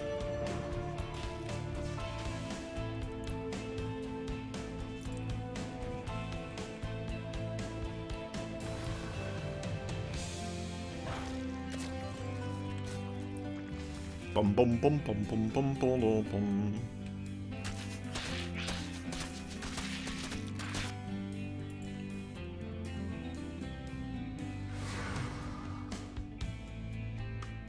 There's a lot of Dutch being spoken as well in South Africa. Because, well, we have a little bit of a checkered past in the Southern Hemisphere there. Not the greatest bright moments for the Dutch people. But, yeah. I try my best not to sound Dutch, though, to be fair. Although I say I try my best, I've tried my best not to sound Dutch. So now I'm just gonna, you know, I'm just kind of sounding like this. It's my regular English accent, I guess. It's because I watched a lot of British comedy back in the day. A great accent, thank you, thank you. That's all I wanted to hear. All right, parting. Let's talk about this game. A big attack coming in here, of course. Those are depths. How many gateways do we have? 4 gateways. Not completely committed here, but definitely, of course, you want to do some damage, or you need to have some sort of a kind of a follow-up here. The Zerglings seem to be numerous enough to be able to withstand the first initial wave and maintain overall control until the Ro8s show up as well to really deliver a good blow for the adept numbers here. Alright, adepts actually, oh, thought for a moment we may see the shade finish up there as the Zerglings were preoccupied with the adepts over there with the warp prism. I mean, they're a little bit of a stutter, guys, I'm sorry about that one. Sometimes that does happen on the Korean server, but... Right, seems to be getting a little bit less now. So yeah, Rogue is in a really good spot. The thing is, though, that he was on 39 workers throughout this entire ordeal, so overall, he wasn't in the greatest of economic positions, right? We have seen Zergs being a little bit more greedy overall. 46 right now. Seems like he's ramping up that greed button a little bit more so. Let's wait and see if he will be able to still... hold on here as well. Oh, is this gonna be a shade? Okay, no.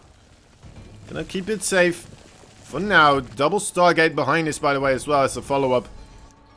I kind of indicated it on the production tab, but I guess I need to mention it as well. It does become useful. Alright, Adepts this time around going to the left side. Maybe able to... Okay, no, again, not gonna commit to this shade. A couple of times where I'm like, you know what, he may be able to get himself in a good position here. But so far, not committing whatsoever. The units lost tab kind of indicating this as well, right? 1 adept overall getting killed off. It killed 19 Zerglings, a good amount of creep as well, so... We may still be able to... actually, okay, there we go. Now he commits. There's no Zerglings here anymore.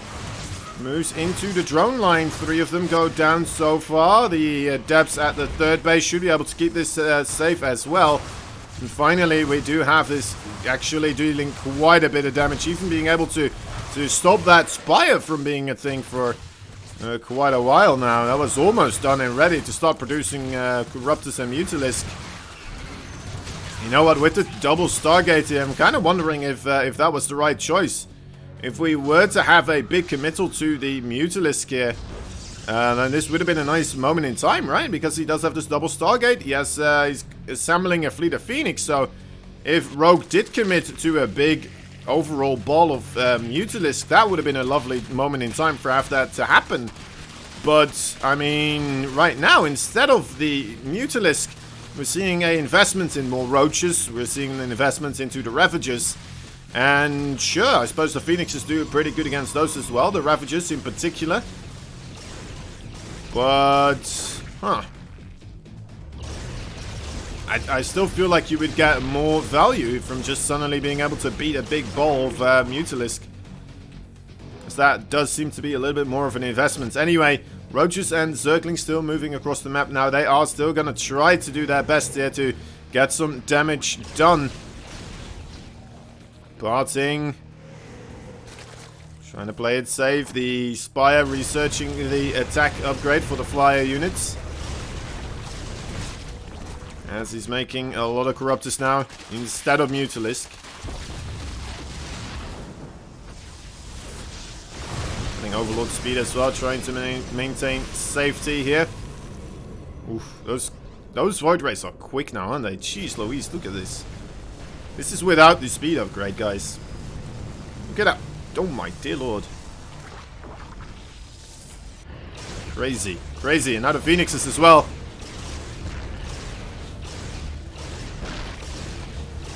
Picking up. Shoot him down. It's a lot of lost value there for Mr. Rogue, as Rogue is just trying to maintain some sense of control in this series right now.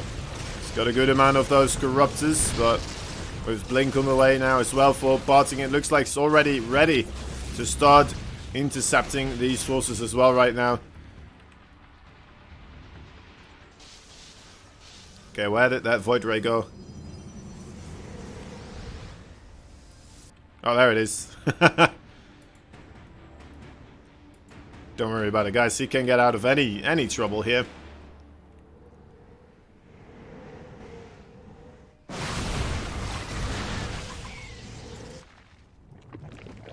Spreading creep.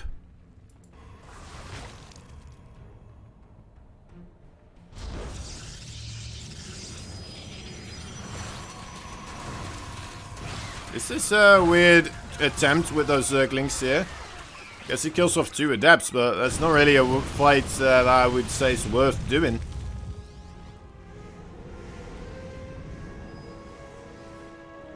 Moving in here with quite a scary force, honestly. Baneling speed is about to be ready, though. Let's see if these Banelings now not going to be as efficient anymore, especially when there's, you know what, force fields involved. It looks like, you know what, they're not going to be able to do anything at all whatsoever. Oh, Surround coming in from the backside, though. The Banelings still managed to do a pretty good job here. And Rogue does manage to hold on. Phoenix has got a little bit angsty there. Wait, hold up. That, what? Actually. No, he doesn't hold on. He keeps pushing inwards. Thought for a moment the Zerglings and the Banelings would be able to clean this up, but, well, doesn't seem to be the case in this sense anymore. Now, parting with reinforcing units coming in again here. Seems to be a rather disturbing sight right now. More Banelings coming in, but the base has fallen. And Nexus as well does get picked off by the Corruptors, though. Rogue making a tiny move that brings a bit of momentum back into his court. But ultimately, I mean, this is where the real battle is happening. Parting only 36 army supply versus 70, but I'm not quite sure if he Rogue has enough right now, even now. Okay, now he should do, right? Now he should do. That's a lot of links. Should be able to get the surround going. Even bringing the drones with him here. Rogue really not looking forward to losing another base here. Thank God that he did make that other base earlier on, right? 4 extra bases there. The Corruptors also still looking to perhaps do another little bit of corrosive biling. There's a good group of Stalkers here ready to intercept if that is going to be attempted. Careful, those Zerglings taking quite a beating from the Stalker play here from Parting. It's that 4th base now happily mining away.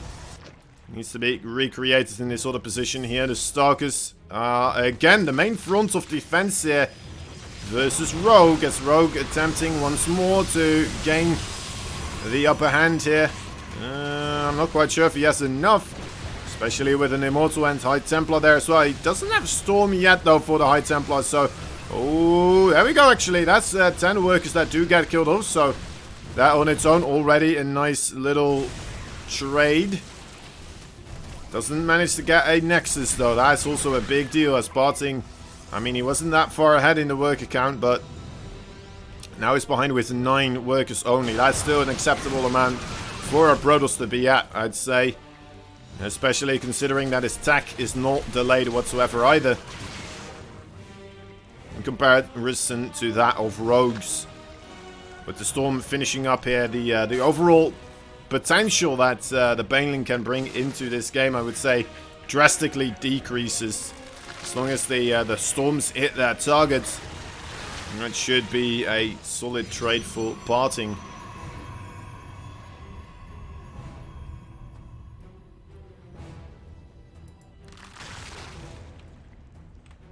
Late game PvC. This is not late game PvC, guys.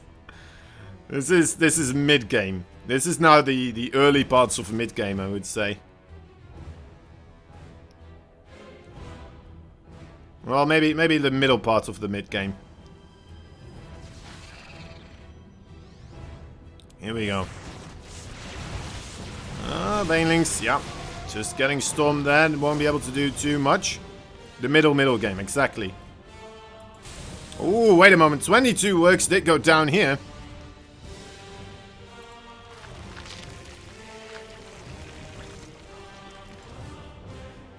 That's a nice connection there for sure. If Rogue does manage to hold on here, not lose a base himself or lose a good amount of workers, this definitely could help him out to move forwards with the rest of this game so far. And it looks like Rogue and Parting, I mean, they sure are delivering us one hell of a show so far. 21 more Banelings coming in. Oh my dear lord, those storms really doing a number on those Banelings right there. As I'm sorry, Rogue trying again here to come on in. Yeah, Parting really does seem to be quite a difference here for those Banelings doing damage on the Stalkers, but you know what? It will still be enough, and Parting gets pushed backwards. GG is called. Rogue takes the game. And GG is called. They easily could be on carriers and brute lords. I mean, you have to take into consideration what the rest of this game was looking like, you know. Also, like, I mean, the continuous aggression from Parting and the continuous aggression from Rogue, right? They were continuously moving back and forth between these bases. If it's more of a calm game, it's a lot easier to transition. But if your opponent is in your face throughout the early parts and the mid game, then it becomes a very tricky thing to transition, right? These transition moments always are an extreme weak point overall of your forces. You don't have the upgrades. You don't have as much of a sturdy overall setup of an army composition. And that becomes a very volatile thing overall, right? When you're, you know, trying to move brute lords, you don't have a lot of extra firepower. A lot of supply just kind of stuck in midair.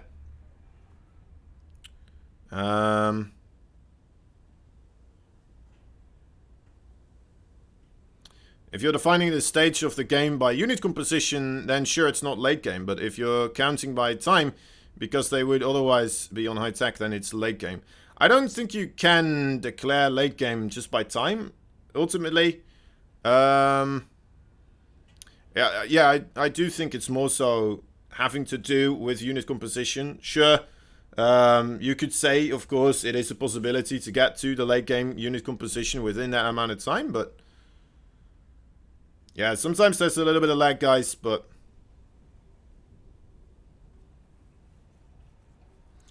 yeah, the problem with defining late game with time is that, you know, it becomes very difficult to see the overall stages that a game transforms into. The early game, you have the Lings, the Adepts, the Roaches, right? Then mid-game, Banelings with Baneling Speed come into play, Storms come into play, Archons. And then the late game, you're going to see the Carriers, the Mothership. It kind of has to do with, like, the tier structure of units overall. It's late game for me because it's 6 AM. That's right, Canuck coming in.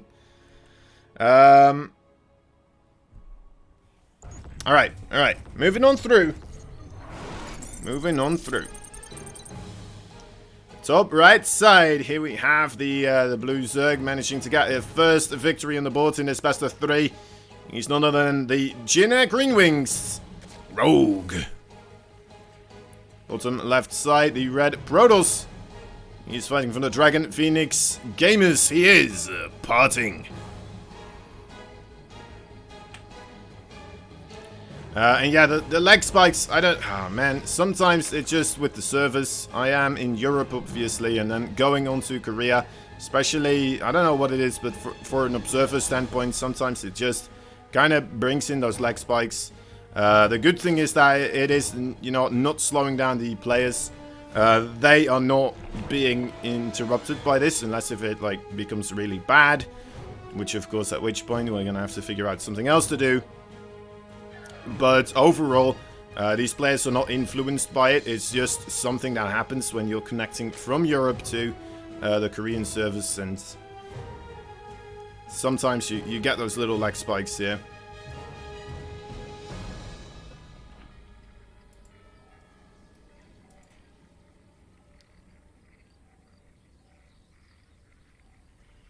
Alright. This time around, no early scout here for parting.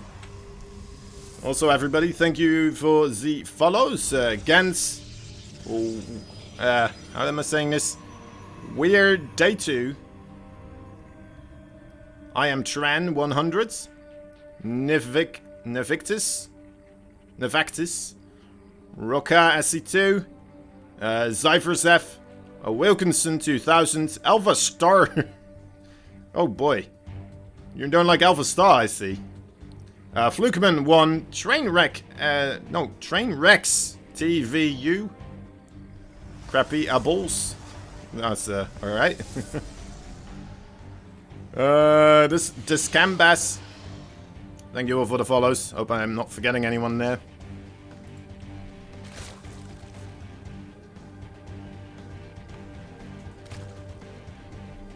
Right, probe gonna get denied scouting there for a second. Oh, nice wiggling around though.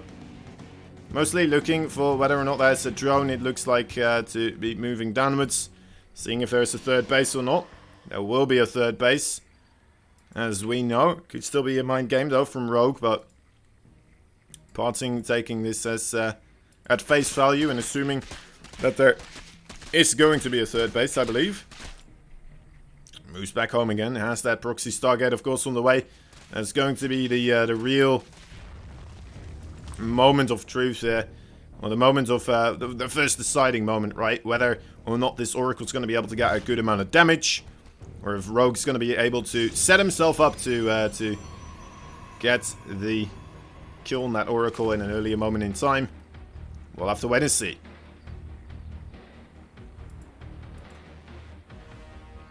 We'll have to wait and see. Why are you awake right now, Canuck? What's up with this?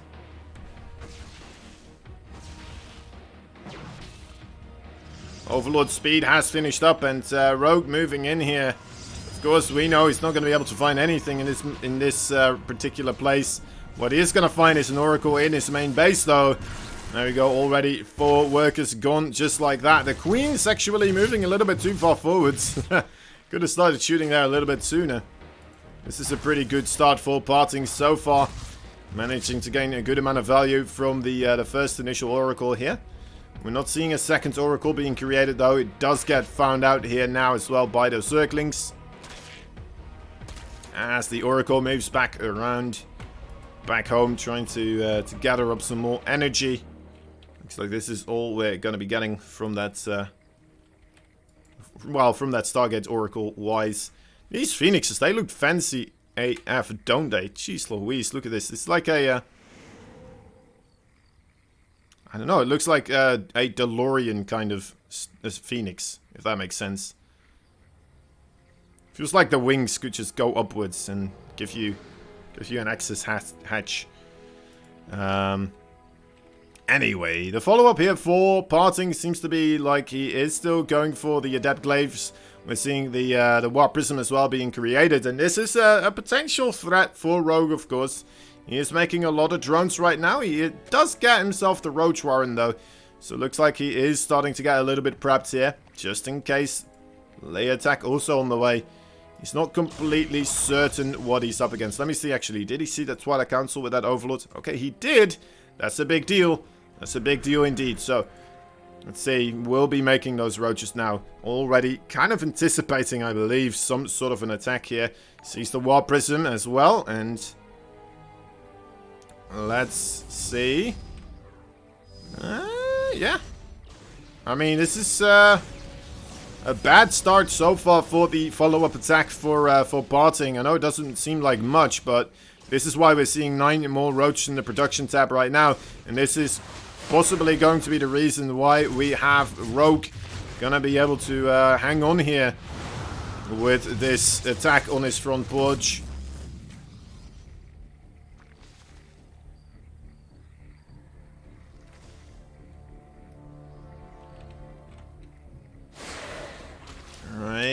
Small adept shading action.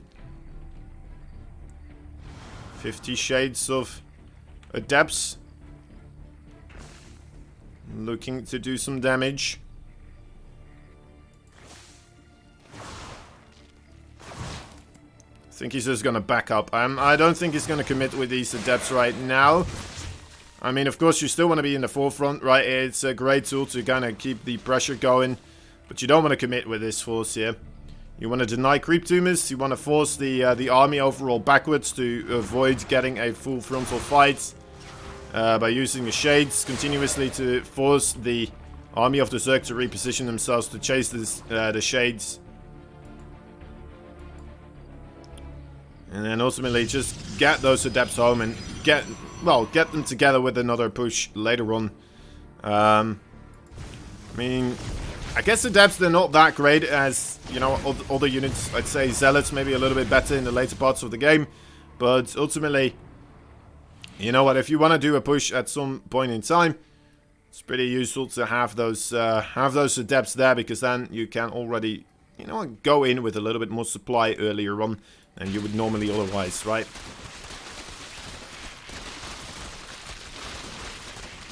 Oops, yeah, getting disturbed. A roach drop, actually. Huh, interesting. For a moment I thought this would be a baneling drop, but we actually don't even have a baneling nest on the fields right now. Rogue going completely banelingless. Banelingless, is that a word? It is now. No banelings, no baneling nest. He's just gonna go straight into the lurk attack here, it would look like. That's interesting to see. That's already a little bit of a later game composition, right?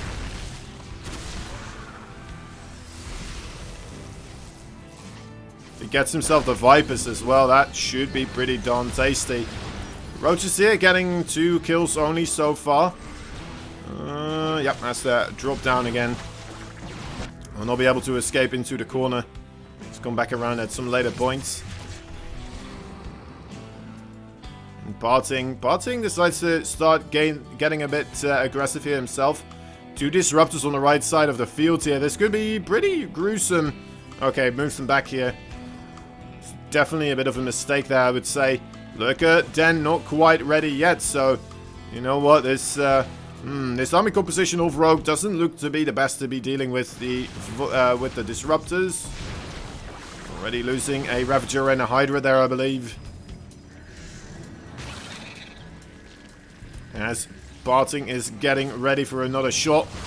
Let's wait and see. Okay, one of the disruptors does get picked off. Nice biles there as well, landing on a lot of the Protoss forces.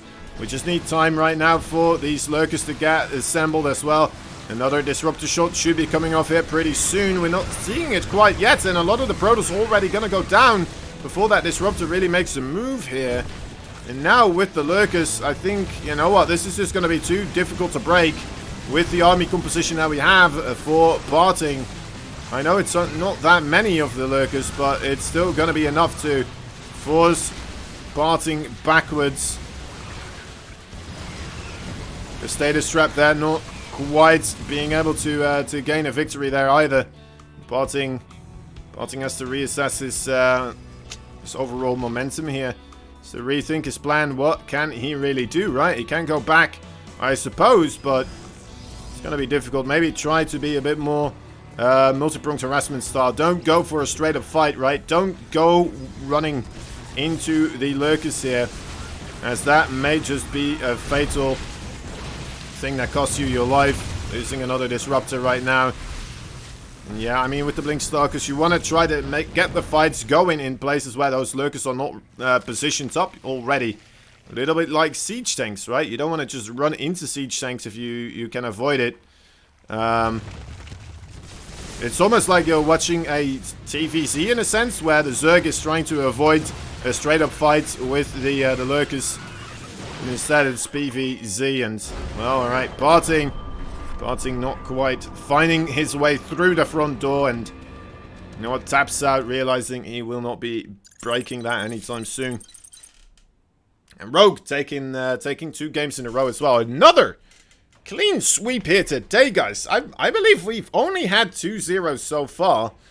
But then, to be fair, that Parting versus Ro8 game felt like it was the closest thing so far. Like siege tanks are... like siege tanks, but stronger. Oh, okay.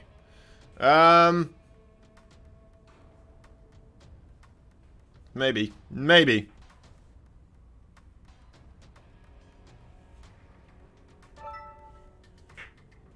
If tanks had an upgrade to do instant siege, yeah, it would be a bit rough, wouldn't it? Not even close. Not even close. I mean, at last game, I think Parting would have been able to do a bit more if he didn't go for the straight up fight. But hey, what you gonna do? What are you gonna do? Ro8 stays alive for now. Will be able to try and get himself still into the playoffs right here. And Parting is the first player to get eliminated. That's right. Ro8 moves on through. He's gonna have to go up against Cure here in another one. So we'll have to wait and see. We'll have to wait and see.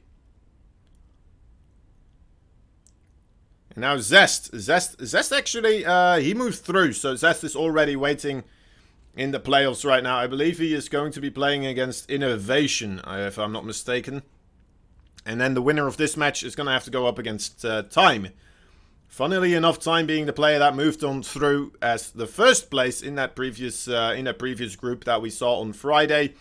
Even though there was SOS, there was Innovation, and Armani in that group. Still, Time being able to 1-2 Armani and 1-2 Innovation. So, props to him. Props to him indeed. We're gonna have to wait and see though if this is going to be a repeat entirely of the first best of 3 we saw today. We started it off with Ro8 versus Cure, and Cure just being absolutely dominant as they come. But maybe Ro8 kind of having had his warm-up. Maybe he's going to be able to bring it back here, guys. The final game will be starting in a couple of, well, 2 to 3 minutes. And until then, you know what? Ooh, thank you for those bits, Lizard Teats. Full 20 as well. Lizard Teats. Armani is in the suits or the player? That's the player right there that was playing right then. Alright, anyway guys, we'll be right back. Don't go anywhere. Ro8 versus Cure coming up. Another best of 3 between these two. And you know what? I have a feeling Ro8 is doing a little bit better now. We're gonna have to wait and see though if that feeling is true or if Cure is just that much of a beast. We'll be right back.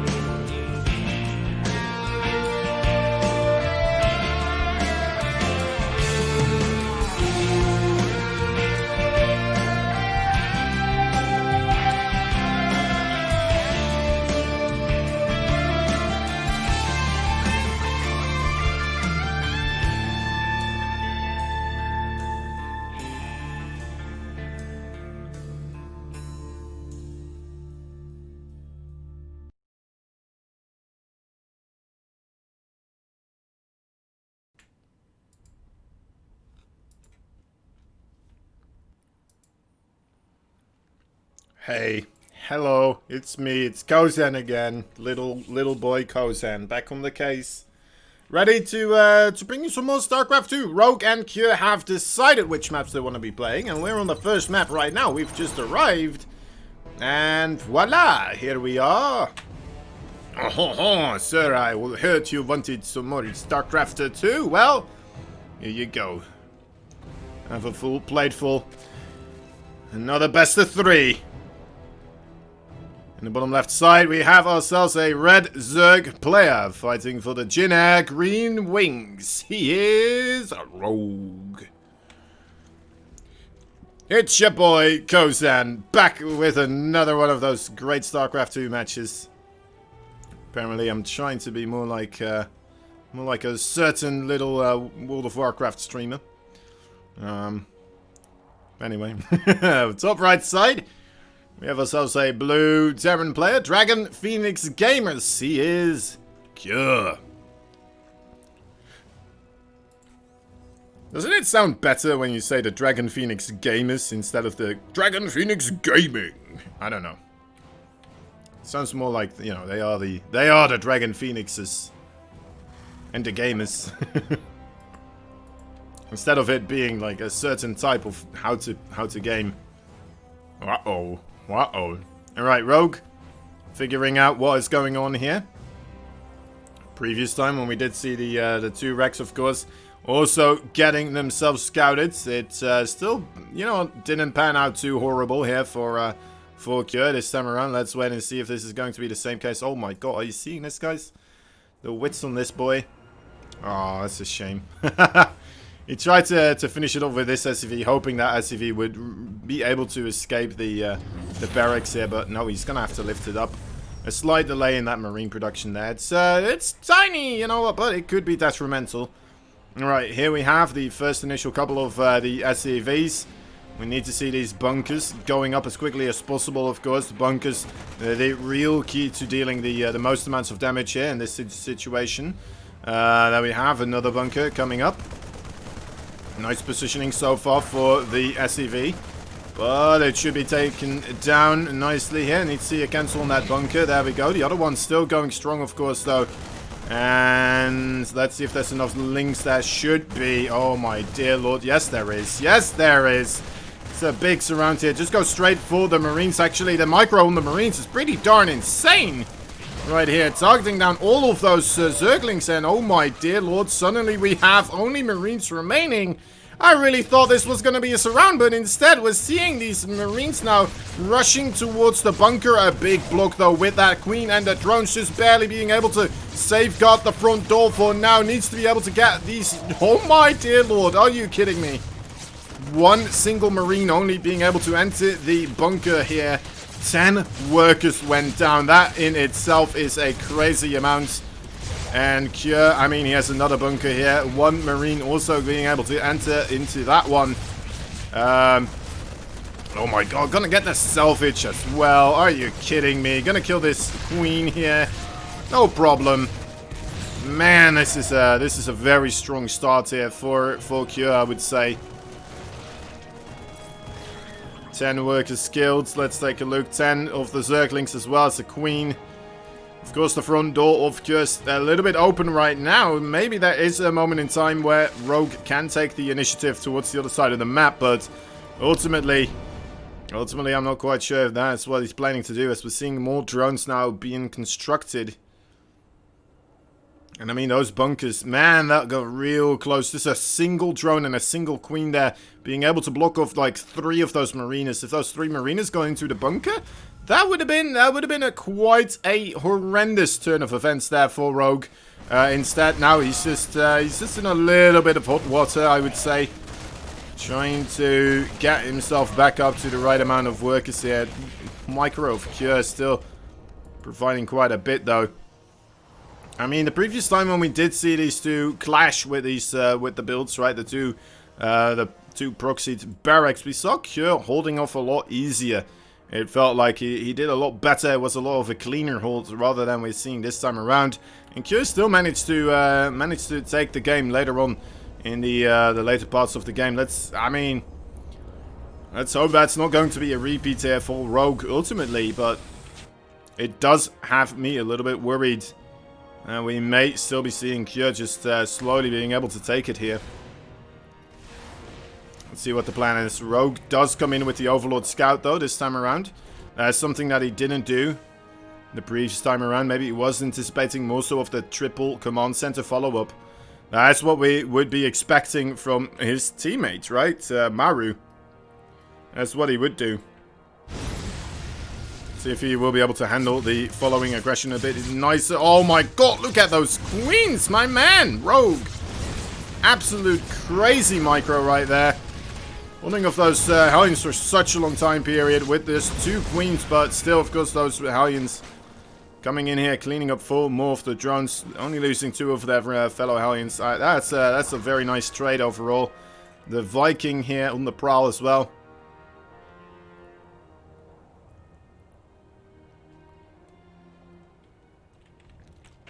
Yeah, it doesn't quite matter if you scout the 2 racks or not, always. It can still do quite a bit of damage. It comes down to a lot of control overall, whether or not you can deny those bunkers. And it comes down to how many actual workers you lose. So, I mean, you lost 14 workers now in total. And as we can see in the income advantage right now, that is causing Kure in the early parts of the game, right? This is near the 5-minute mark. And that's 750 extra just overall money that's coming in here for Kure. We're having 4 roaches as a little bit of a attack force as well, but there's enough marines and a siege tank here to kind of stop this from doing anything at all. Very unfortunate. And now we have banshees as well. GG is called. Wait and see. Yeah. Unfortunate. Kure taking game number 1 once again. Isaac, I like your guts and your overall enthusiasm, but that was a rough position for Rogue. That was a real rough position for Rogue.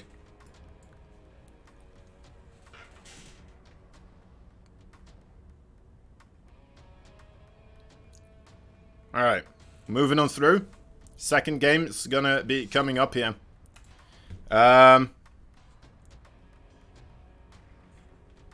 Wedge 2, best of 3s with these 2 starting the same way. I thought the second game with the previous one was the 2 wrecks. I thought the first game was more of a macro game, I believe. I may be wrong. Selects, I could be wrong. Doesn't really matter anyway, right? It's still the same way as it turned out. But, yeah, I mean, within 3 games, 2 of them were proxy 2 racks. And both of those working out in favor for Kure there. I mean, did you see, though? Did you see the surround of the links? How many links and drones were surrounding those marines? And yet still with just continuously... I mean, the micro involved for that Kure just showcased. That was nuts. That was absolutely nuts. I don't know if you guys fully realized what we just saw with those marines just stutter stepping backwards. He wasn't just telling the marines to stop moving, he was telling the marines to individually target Zerglings as well. He was picking off Zerglings, he was targeting down Zerglings. So that was like him moving backwards, clicking a link, moving backwards, clicking a link, and then just try to do that with your mouse. That is very, very precise control, and that's very, very impressive. I don't think, like, honestly, not a lot of Terrans right there in that position when there's so many so many Zerglings, so many drones surrounding your marines. They get out on top on that fight, and Kure managed to do it nonetheless. Anyway, in the top left side, we have ourselves a red Zerg player fighting from the Jin Green Wings, the GSL champion. Will he go down again here in a 2-0 fashion against his opponents we're going to be introducing at a later point in time. Anyway, this man is Rogue. And the, well, tormenting factor here, the blue Terran in the bottom right side. He has really been stepping up his gaming continuously, and you know what? Making some pretty darn impressive moves here. This is the Dragon Phoenix gamer man himself. He is Kure.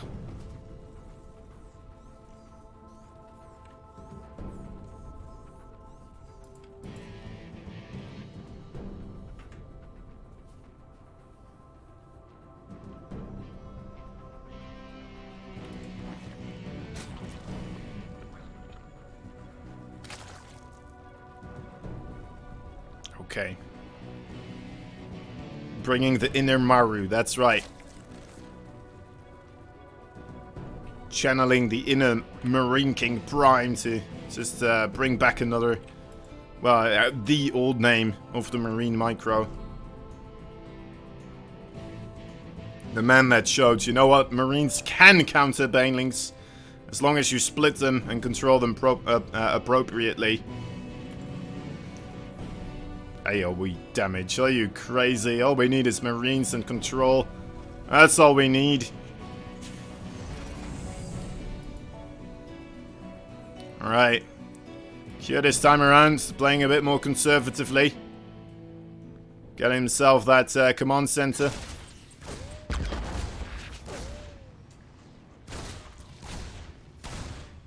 Pew pew! Oh, one link low.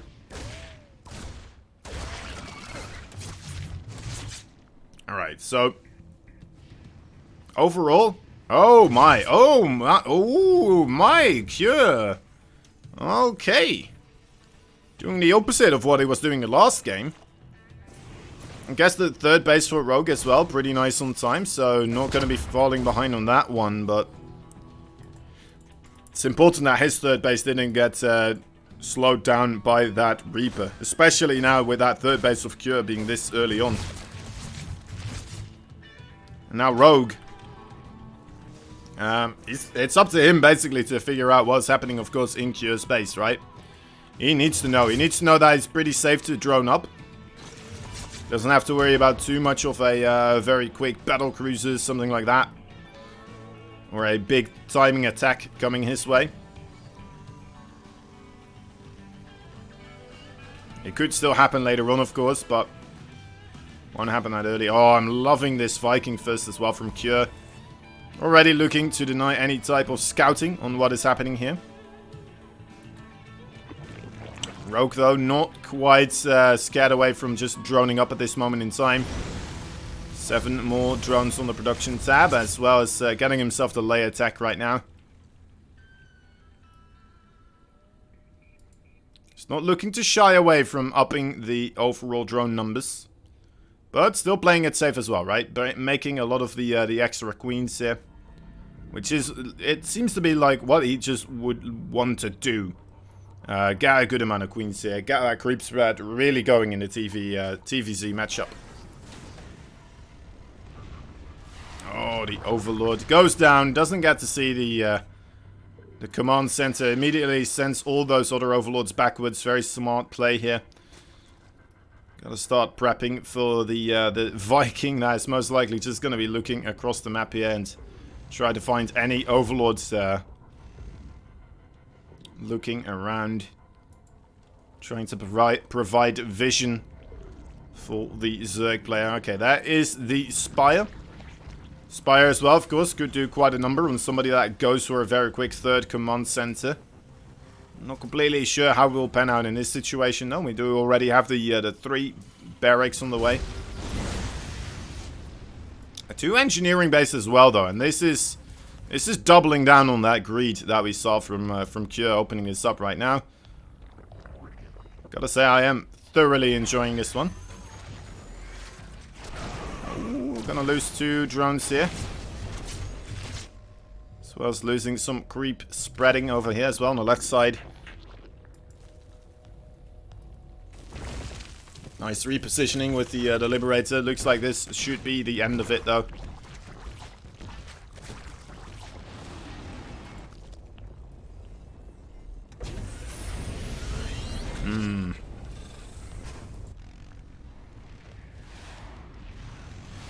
Okay, so Rogue overall still at this moment in time doing okay.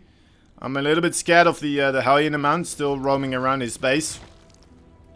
How many Overlords did he lose? He did lose 3 Overlords right now, but I suppose you don't need as much minerals, so it's okay. He just wants to have a lot of gas. Although this is delaying his Mutalisk, actually. This is a rare thing that's, you know, we're seeing right now. Somebody more strapped on minerals rather than gas when trying to go for Mutalisk.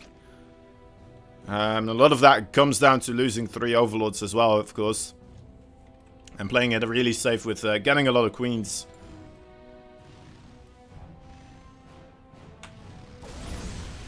So 10 Mutalisk in total on the way. Should be able to stop these Hounds from doing anything much more. With good micro. Have this be secured. The Viking here as well, still on the left side. For a moment I thought that would be a drop, but it's just the Viking. And Marinus are going to be able to intercept this. Now, this is the first time for a long time since Rogue has been across the map here with actual intel gathering forces, right? So now he sees that there is in fact that third base already set up, which is not that crazy anymore, but seeing the infrastructure around it now as well, you may come to suspect that this has been around for a little bit now already.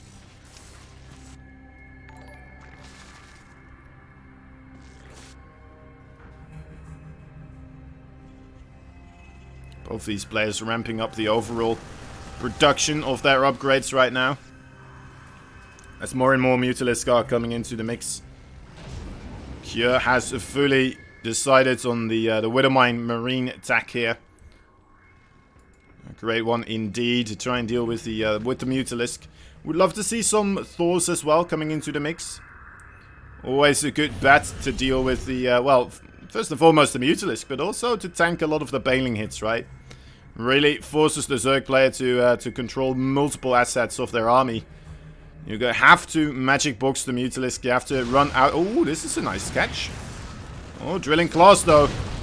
Really paying for itself there. I still managed to get at least one of the Mutalisk. I suppose at least somewhat of a trade instead of just losing stuff.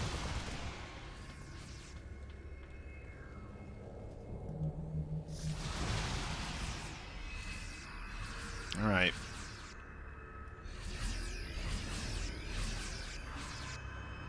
First saying the spore poops upwards, and then also saying that we need more drones.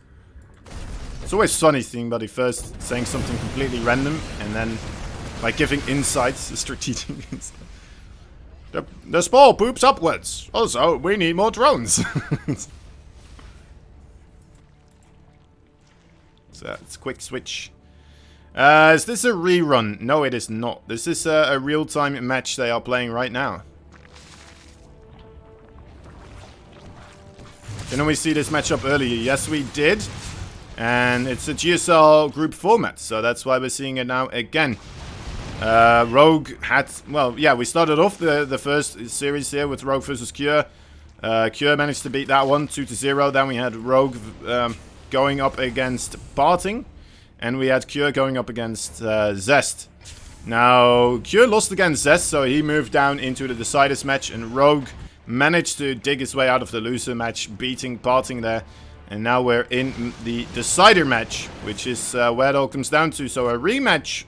And we're waiting for these guys to, well, give us the show of a lifetime here. It looks like that Rogue is actually starting to really ramp up the macro here. 91 drones in total. Needs to be careful not to lose everything, of course, in one go. The planetary here, not quite ready yet, but oh my god, that's a good amount of Marines there. They didn't get split, so for a moment I got a little bit anxious, but Kjør realizing exactly when he could avoid getting hit by those Banelings and just stand there. That's a sign of a really good Terran.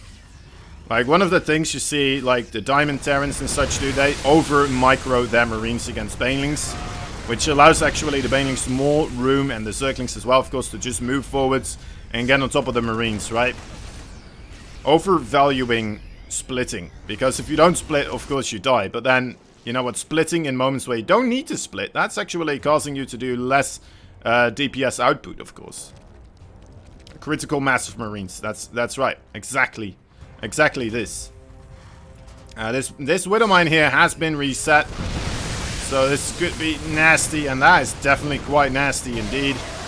Only 5 workers go down in that situation, but that's for quite a good amount of Banelings so far. 45 Banelings have gone down, and it looks like more of them on the way here.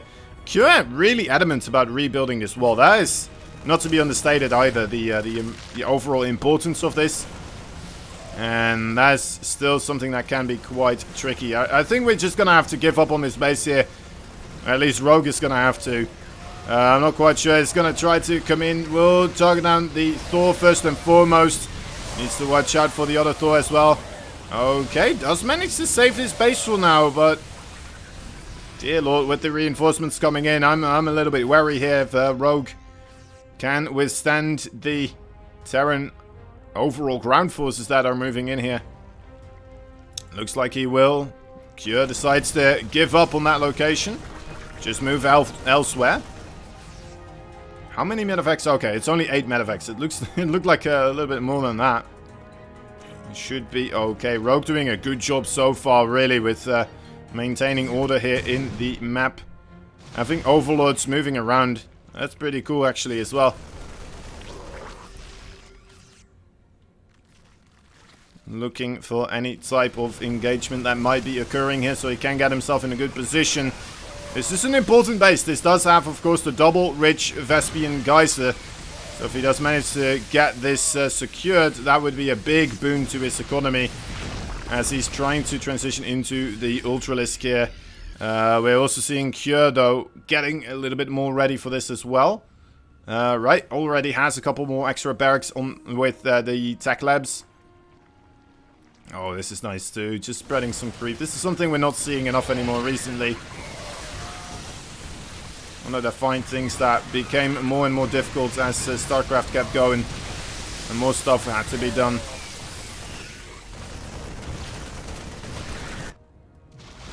Utilisk finding an opportunity here as well.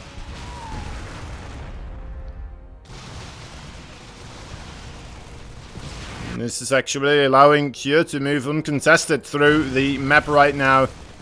The Mutalisk not really finding the lethal amount of damage to allow Cure to go straight up for a base trade. There are 2 Ultras here, though.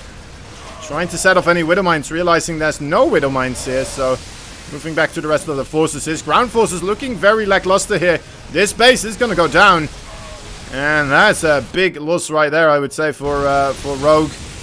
Just managed to clean the rest of this up. The Mutalisk, I thought for a moment they were going to get intercepted there, but looking okay. Oh, nice. Nicely dropping the Thors again. Those Mutalisk really taking a number right there on the nose. And yeah, this is not a position you can push into anymore as Rogue. Too much of a buffer force there with the Thors, with the Widow Mines and everything in between. The Ultras, they do have their chitinous plating. But I don't know if it matters. There's a extreme amount of fire right now. And look at the spreading going on for Cure as well. Absolutely amazing here. The pre-splits are very, very strong with this one. And yeah, this base again will fall. I think we may be coming to a capitulating point here, guys. Banelings will not save you anymore against those Marauders. That's not going to happen. The Thors as well. The overall spreading is out of this world. And we're seeing Cure just walking away here, taking down another base. And honestly, what we're missing from Rogue here, I would say, is really the spellcasters, right? We're not seeing Vipers. We're not seeing Infestors. And that is really doing a number on him right now. The Infestors can punish a Terran player overall for getting a little bit too angsty. Moving forwards, the Bioforces will group up. And then if you do manage to land a good fungal, suddenly your Banelings and your Ultras become so much more lethal. Or maybe even just going... Oh my dear lord, those Widow Mines!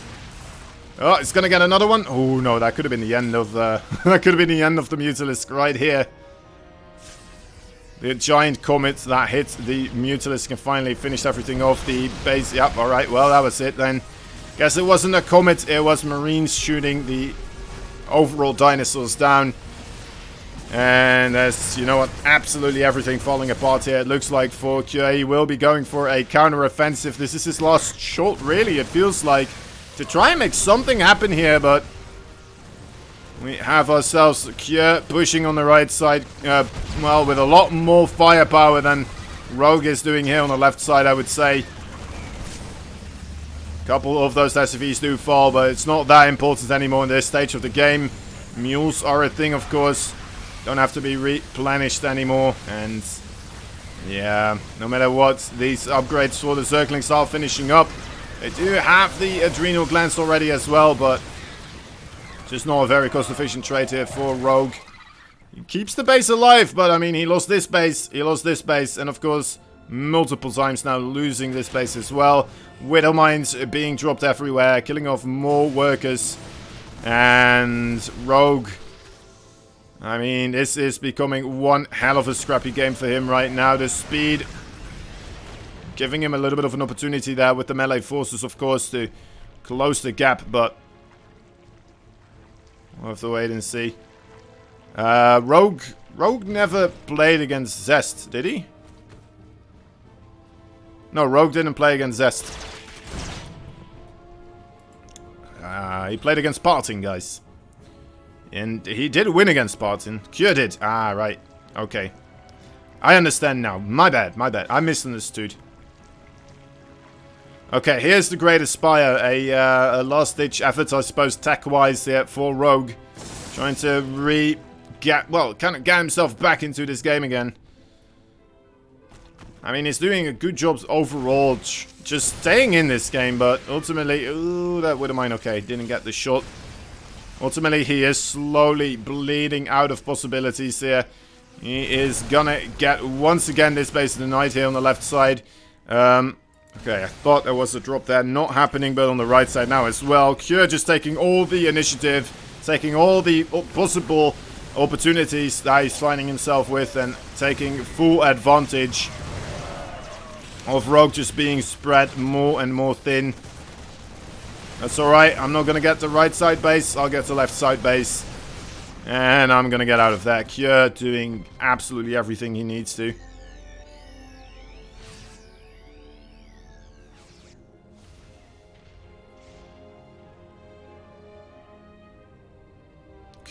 Cure is just, I mean, he really is. He really is incredibly good, guys. I don't know if you, how many offline and online tournaments you watch.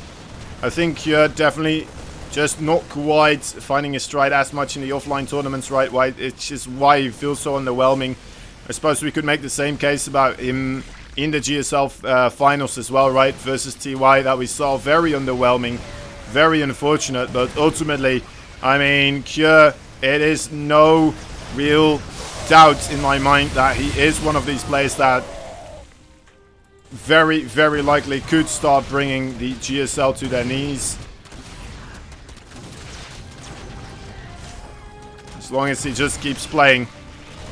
As long as he gets a little bit more comfortable with the offline format, doesn't get as nervous, and manages to find victory here. But you know what? The Broodlord's actually facilitating quite a nice opportunity here. Suddenly, actually, half of the forces, of course, for Cure still on the other side of the map here on the left side.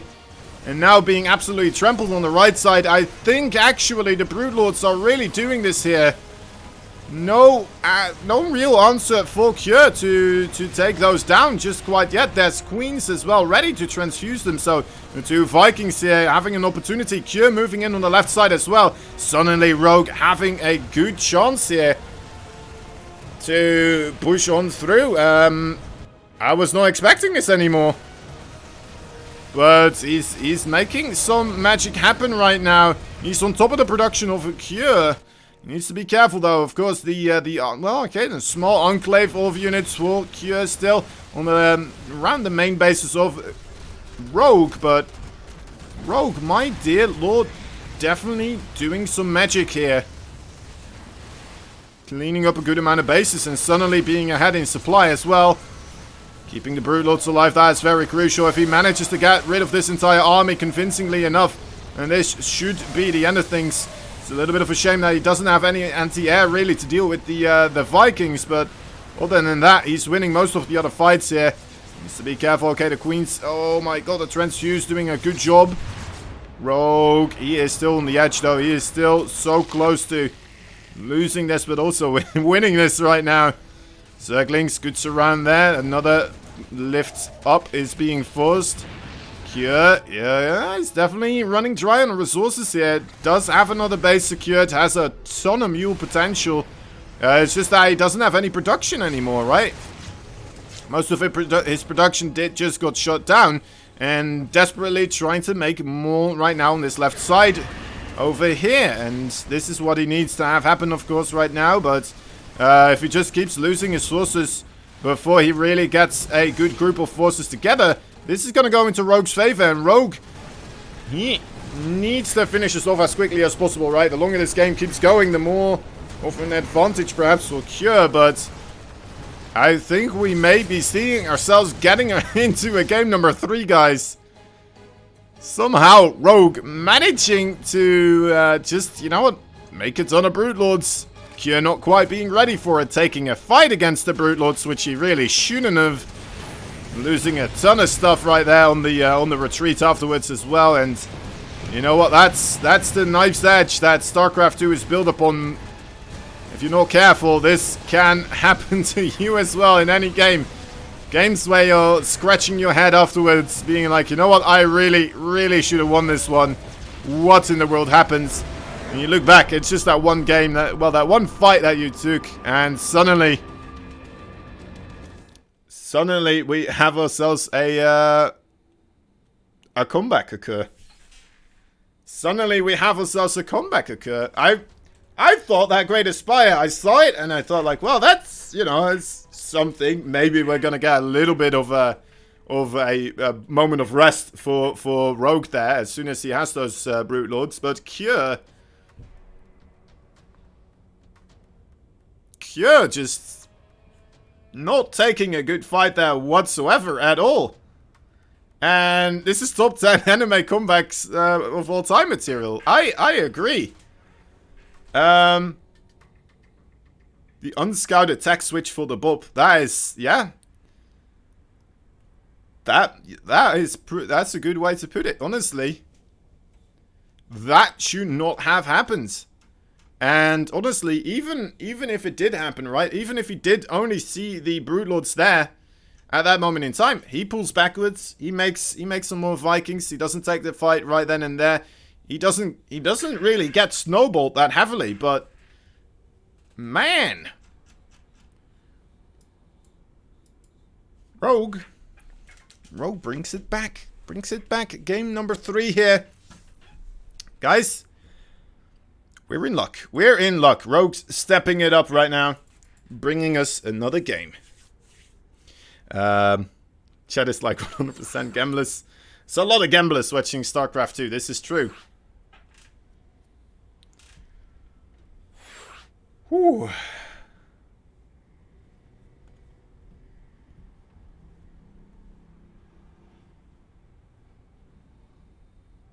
So Rogue gonna win. My prediction's right after all. Yeah. You got 100. Oh dear. Oh dear Lord. Well, it could happen. It could happen for sure. I was hoping Rogue would bring a little bit more of his A game in this one. And it definitely turned out to be the case. Wait, what happened there?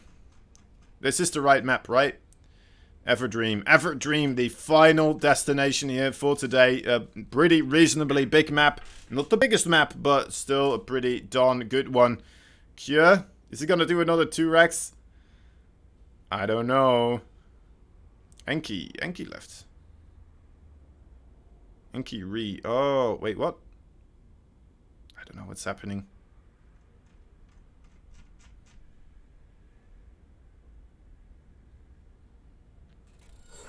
I don't know. We're starting anyway.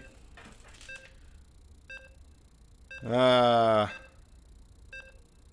map? It's Everdream. It's not the biggest map. It's still a pretty good map, though. Overall, a lot of people would say that this is Zerg favored, so we're gonna have to wait and see. Selects, thank you for the follow. The 410 dude as well. War Bun. Sam, Sam Bolgi. Why?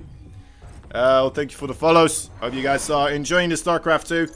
And, yeah. We're going into a final game here. In the bottom left side.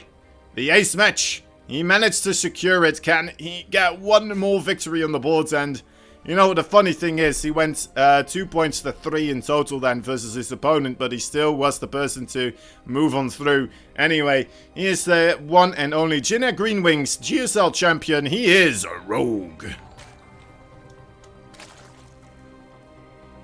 Top right side, we have ourselves a red Terran player fighting for the Dragon Phoenix Gamers. He is Cure. Just because it's of the virtue of it being big. Yeah, this is one of the main things that people take into account when trying to decide what a map is favoring Zergs or Terrans. I think it's a little bit of a flat discussion overall in that sense, where, you know what, people take one simple method of deciding if it's benefiting one side or the other, and then they, you know what, they put too much emphasis on that one point. I think this is a fairly overall balanced map. It just doesn't really favor one side or the other. And I think, you know what, overall, maybe the Terrans here and there a little bit quicker with the, oh, well, it's not really Terran favored, so it's Zerg favored, you know. I don't know, maybe that's the case. I don't know if it is. Because I do see Terrans winning this one pretty darn often as well. Not all the time, though. Not all the time.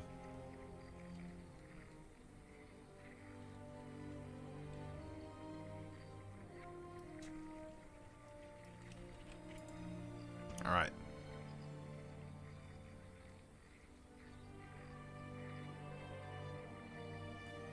Parting did get knocked out, yes. Losing all the banelings for free. How did he win again? He won because his macro was still on point, still making a lot of bases. And still taking good enough trades. He re-expanded continuously, remade those drones that he was losing just properly enough to facilitate a tax switch that did not get spotted by Cure. Cure maybe feeling a little bit too comfortable with his lead and thinking that he could win the game right then and there.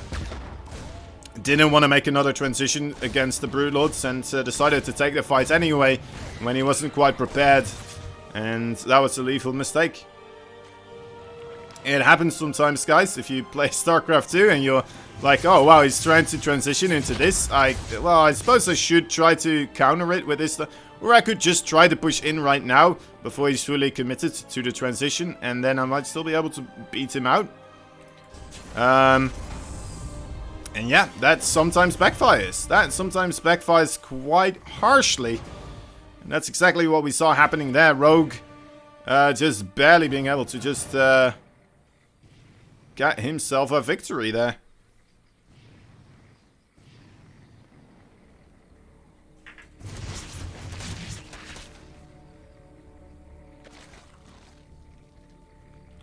Reaper Scout being reasonably successful here.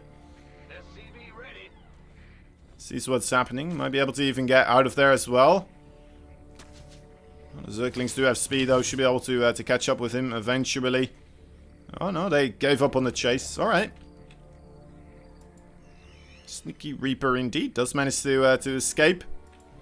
Gonna be able to group up with the Hellions right now. As well as a Banshee follow-up. And another time we see Cure here with a very quick 3 base. Definitely got himself in a great position there with the quick 3 base the previous time around. Let's see if we're gonna have something similar coming into the play here. For this final one.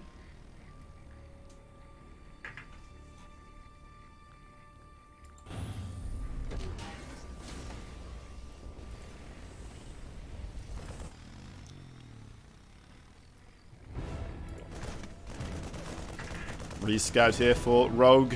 Double checking whether or not that tac lab of the starport, I suppose, is still producing. Cloak still going on. 2 Evo chambers for Rogue. And that 3rd base for Cure already landing here on the ground, looking to score some minerals.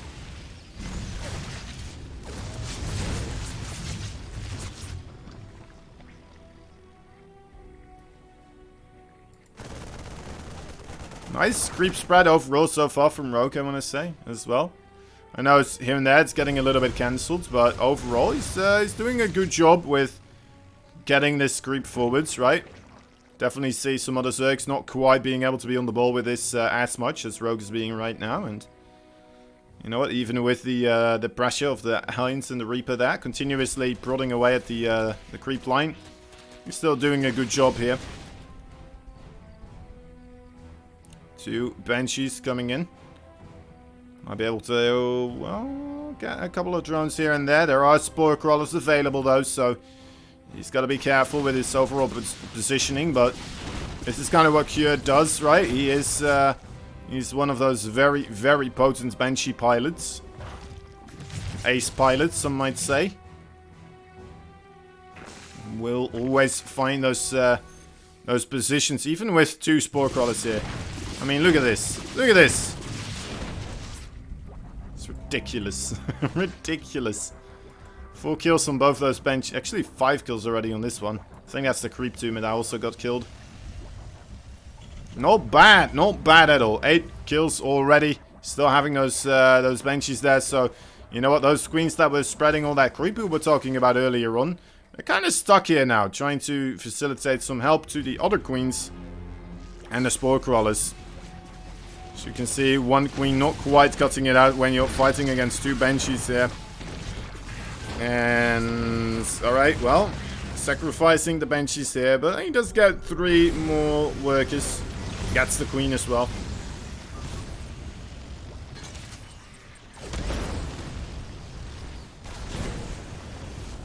This is a lot of Zerglings.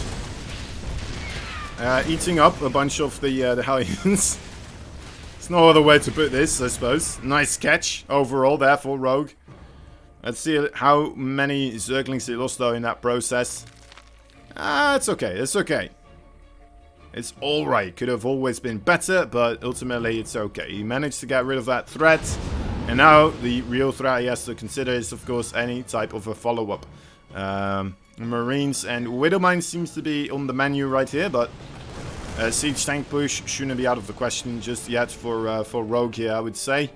Especially seeing how nicely there has been a pathway forged through the middle of the creep here by Kure, getting himself a position that looks like could be a very good sieged position there for siege tanks. Okay, 2 medevacs there, 1 medevac over here, 2 Widow Mines. Let's see where they are planning to go towards. Rogue finding this already, of course, on the map and shuts it down relatively nicely. There we go. Not too much of a hassle, but he's losing a lot of his creep over here. Sending maybe a little bit too many of his Zerglings there to try and help out against the Widowmine drop. Another Widowmine drop here in the 3rd base.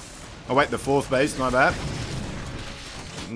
Shoots down the Overseer. Of course, there is already that Spore Crawler there, but killing of Overseers here is a big deal because as Rogue, you don't want to be continuously remaking those Overseers, right? It takes a while. They're frustrating to lose overall because they cost quite a bit of money. Suddenly you may be down on supply as well. And you're going to need them later on to try and clean up Widowmines, right? Because that is truly the army composition that Kure has been going for a long time. He's going for it right here now as well.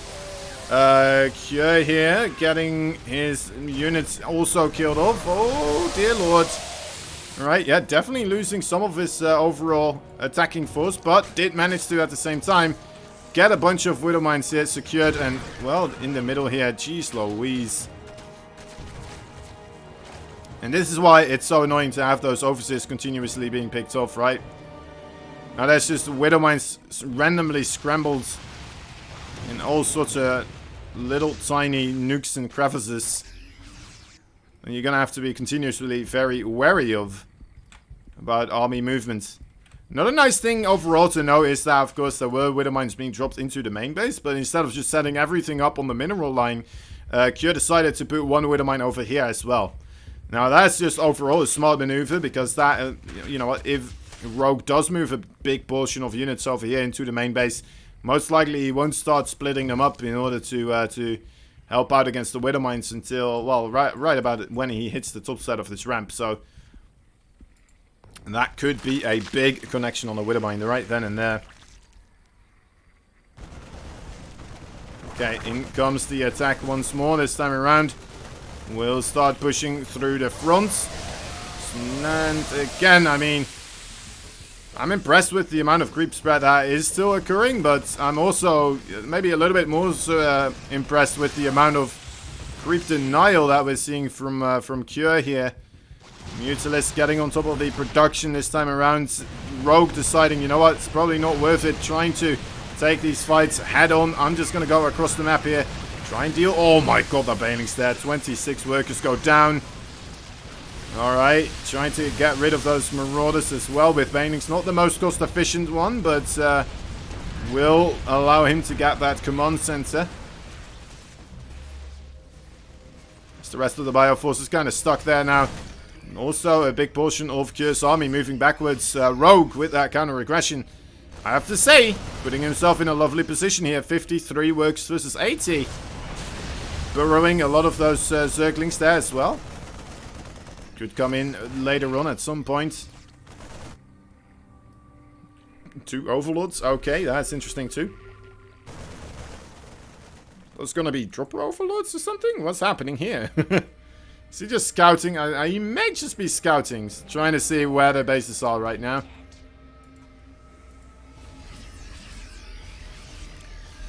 Cure, I mean, he's doing a good job as well, to be fair, with these Widowmine drops, right? Continuously doing a lot of, gaining a lot of momentum. Still has the Widowmine over here as well, so denying another base. Has a single Marine here to deny bases as well. He's got a scary army, guys. This is still 126 supply worth of Marines, Widowmines, and a Thor. All of that should do pretty well against what kind of army composition Rogue went for here.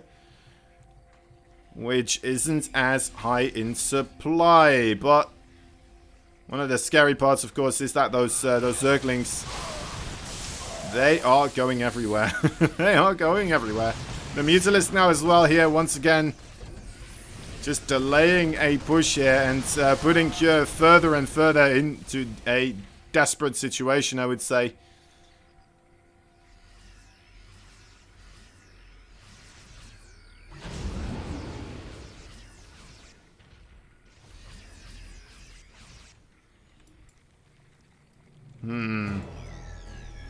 Right.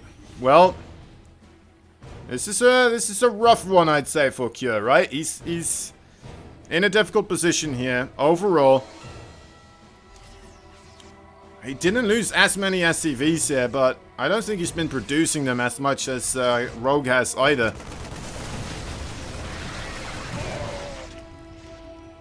Them being the drones, of course, not SCVs.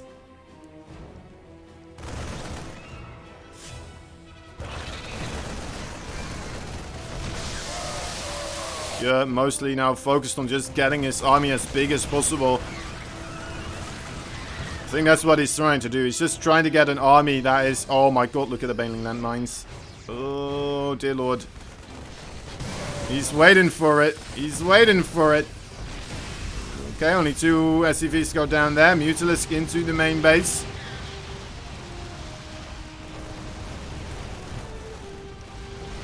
Yeah, I think Cure is just hoping to be able to get one really solid fight here. Be able to pin down the forces of Rogue at some point in time, but ultimately Rogue is just running away with the game right now. It has a lot of bases, has a lot of economy, starting to ramp up the bank as well. And then, you know what, having the Ultralisk attack out right now should be able to get himself a lot of those as soon as his army dies. And Cure, I mean, once again, attempting to move across the map here.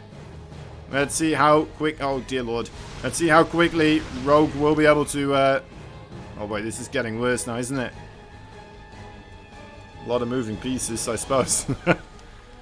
Oh, man. Those Banelings still here as well. Enough Banelings to blow up a Thor in the ground right there. Oh, well, not really, but you know what I mean. You know what I mean. It's just a matter of speech. Another Baneling hit right there on the right side. Putting Cure in an even more desperate of a situation. But, you know what? Still has a bit of bank here. So it's going to be able to replenish those the lost supply with more army units. Which is really what he needs right now for his final hurrah. He needs to make it work. He wants the snowball right here. Clean up the army of the Zerg so convincingly that he can just keep moving over base after base after base. And suddenly, you know what, Rogue in a as dire situation as Cure here, but that's a tough thing to ask, of course, here. Not quite sure if that's going to be what is happening, but that's the one final chance here, I would say, for Cure. Ooh, careful. Okay, doesn't lose the SCVs, but lose another planetary. Come on, Cure. Coming on through. Still scary amount of army supply, right? 154 versus just 100. There is still a possibility for both these players to make a decisive maneuver here. Not the best efficient trades, but the Banelings actually do manage to get... Oh, no, actually, good pull away there from Cure. Does manage to kind of win that one in the middle there. Oh, dear. Cure trying to recuperate now. He's moving backwards, and I'm not enjoying this at all. He's going to allow Rogue to remake his entire force again here. And Rogue just has such a massive bank that he is very happy to do so. And Cure, I mean... I know times are difficult, but I'm not sure if it's the right call to try and reassemble some sort of an economy here. Making 2 more bases right now. He's got a lot of Widow Mines. These Zerglings should not be able to do too much right now. Oh, great split there, though. And, oh, I said they wouldn't be able to do too much. Okay, no. Gets the lift up there. Gotta watch out for those SCVs, but I guess this is the main battle here, right? Once again, we're seeing a massive amount of Terran just moving across over another base. And looking for another kill here. This doesn't seem to be enough Zerg to me to really clean up the Terran. It's moving on through. Oh, well, unless if you're stacked up on top of one another. This may just barely be enough. Okay, yep. That is going to get cleaned up, and I think this is the final moment there.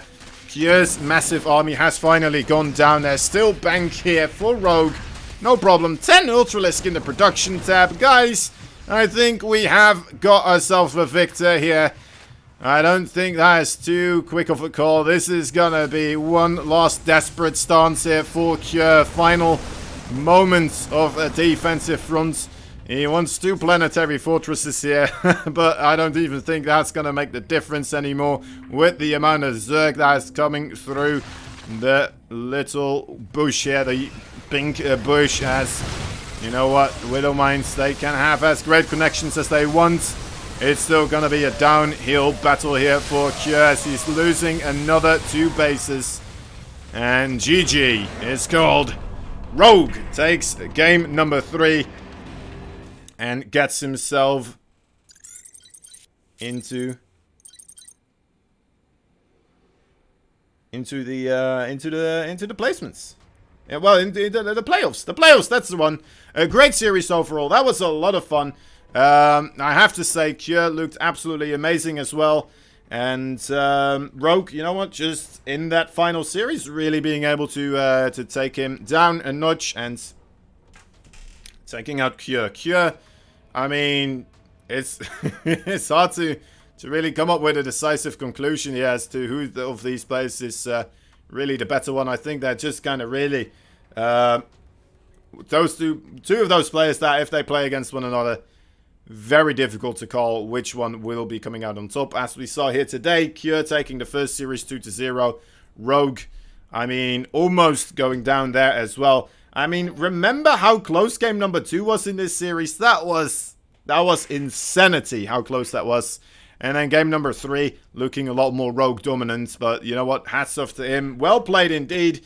Guys, I hope you all had a good time. We're going to be looking into when the playoffs are going to be occurring, when it's going to be suited for our players, but we know all the players right now that are going to be partaking. Of course, we have Time, we have Innovation, 2 incredible Terran players right there. We have Zest, one of the best Protoss right now in the world, and we have Ro8, the GSL champion, also participating in the semi-finals. We'll have Ro8 versus Time, and we'll have Zest versus Innovation. And then in the finals, who knows? Who knows who's going to take those games right there? We'll have to just wait and see. Guys, I'm going to be looking into who will be getting hosted. And yeah, we hope to see you guys next time again as well. Remember, you can buy yourself the replay pack. You can support the stream overall by either using Patreon, subbing to the stream, or going onto the Match Arena.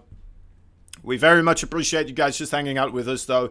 Allowing us to kind of showcase you all this stuff. And yeah, hope to see you again sometime soon. All right. Peace out, boys, and stay around for so we can give a big fat raid to somebody we like. All right. See you in a bit. I'll talk to you later. Bye bye.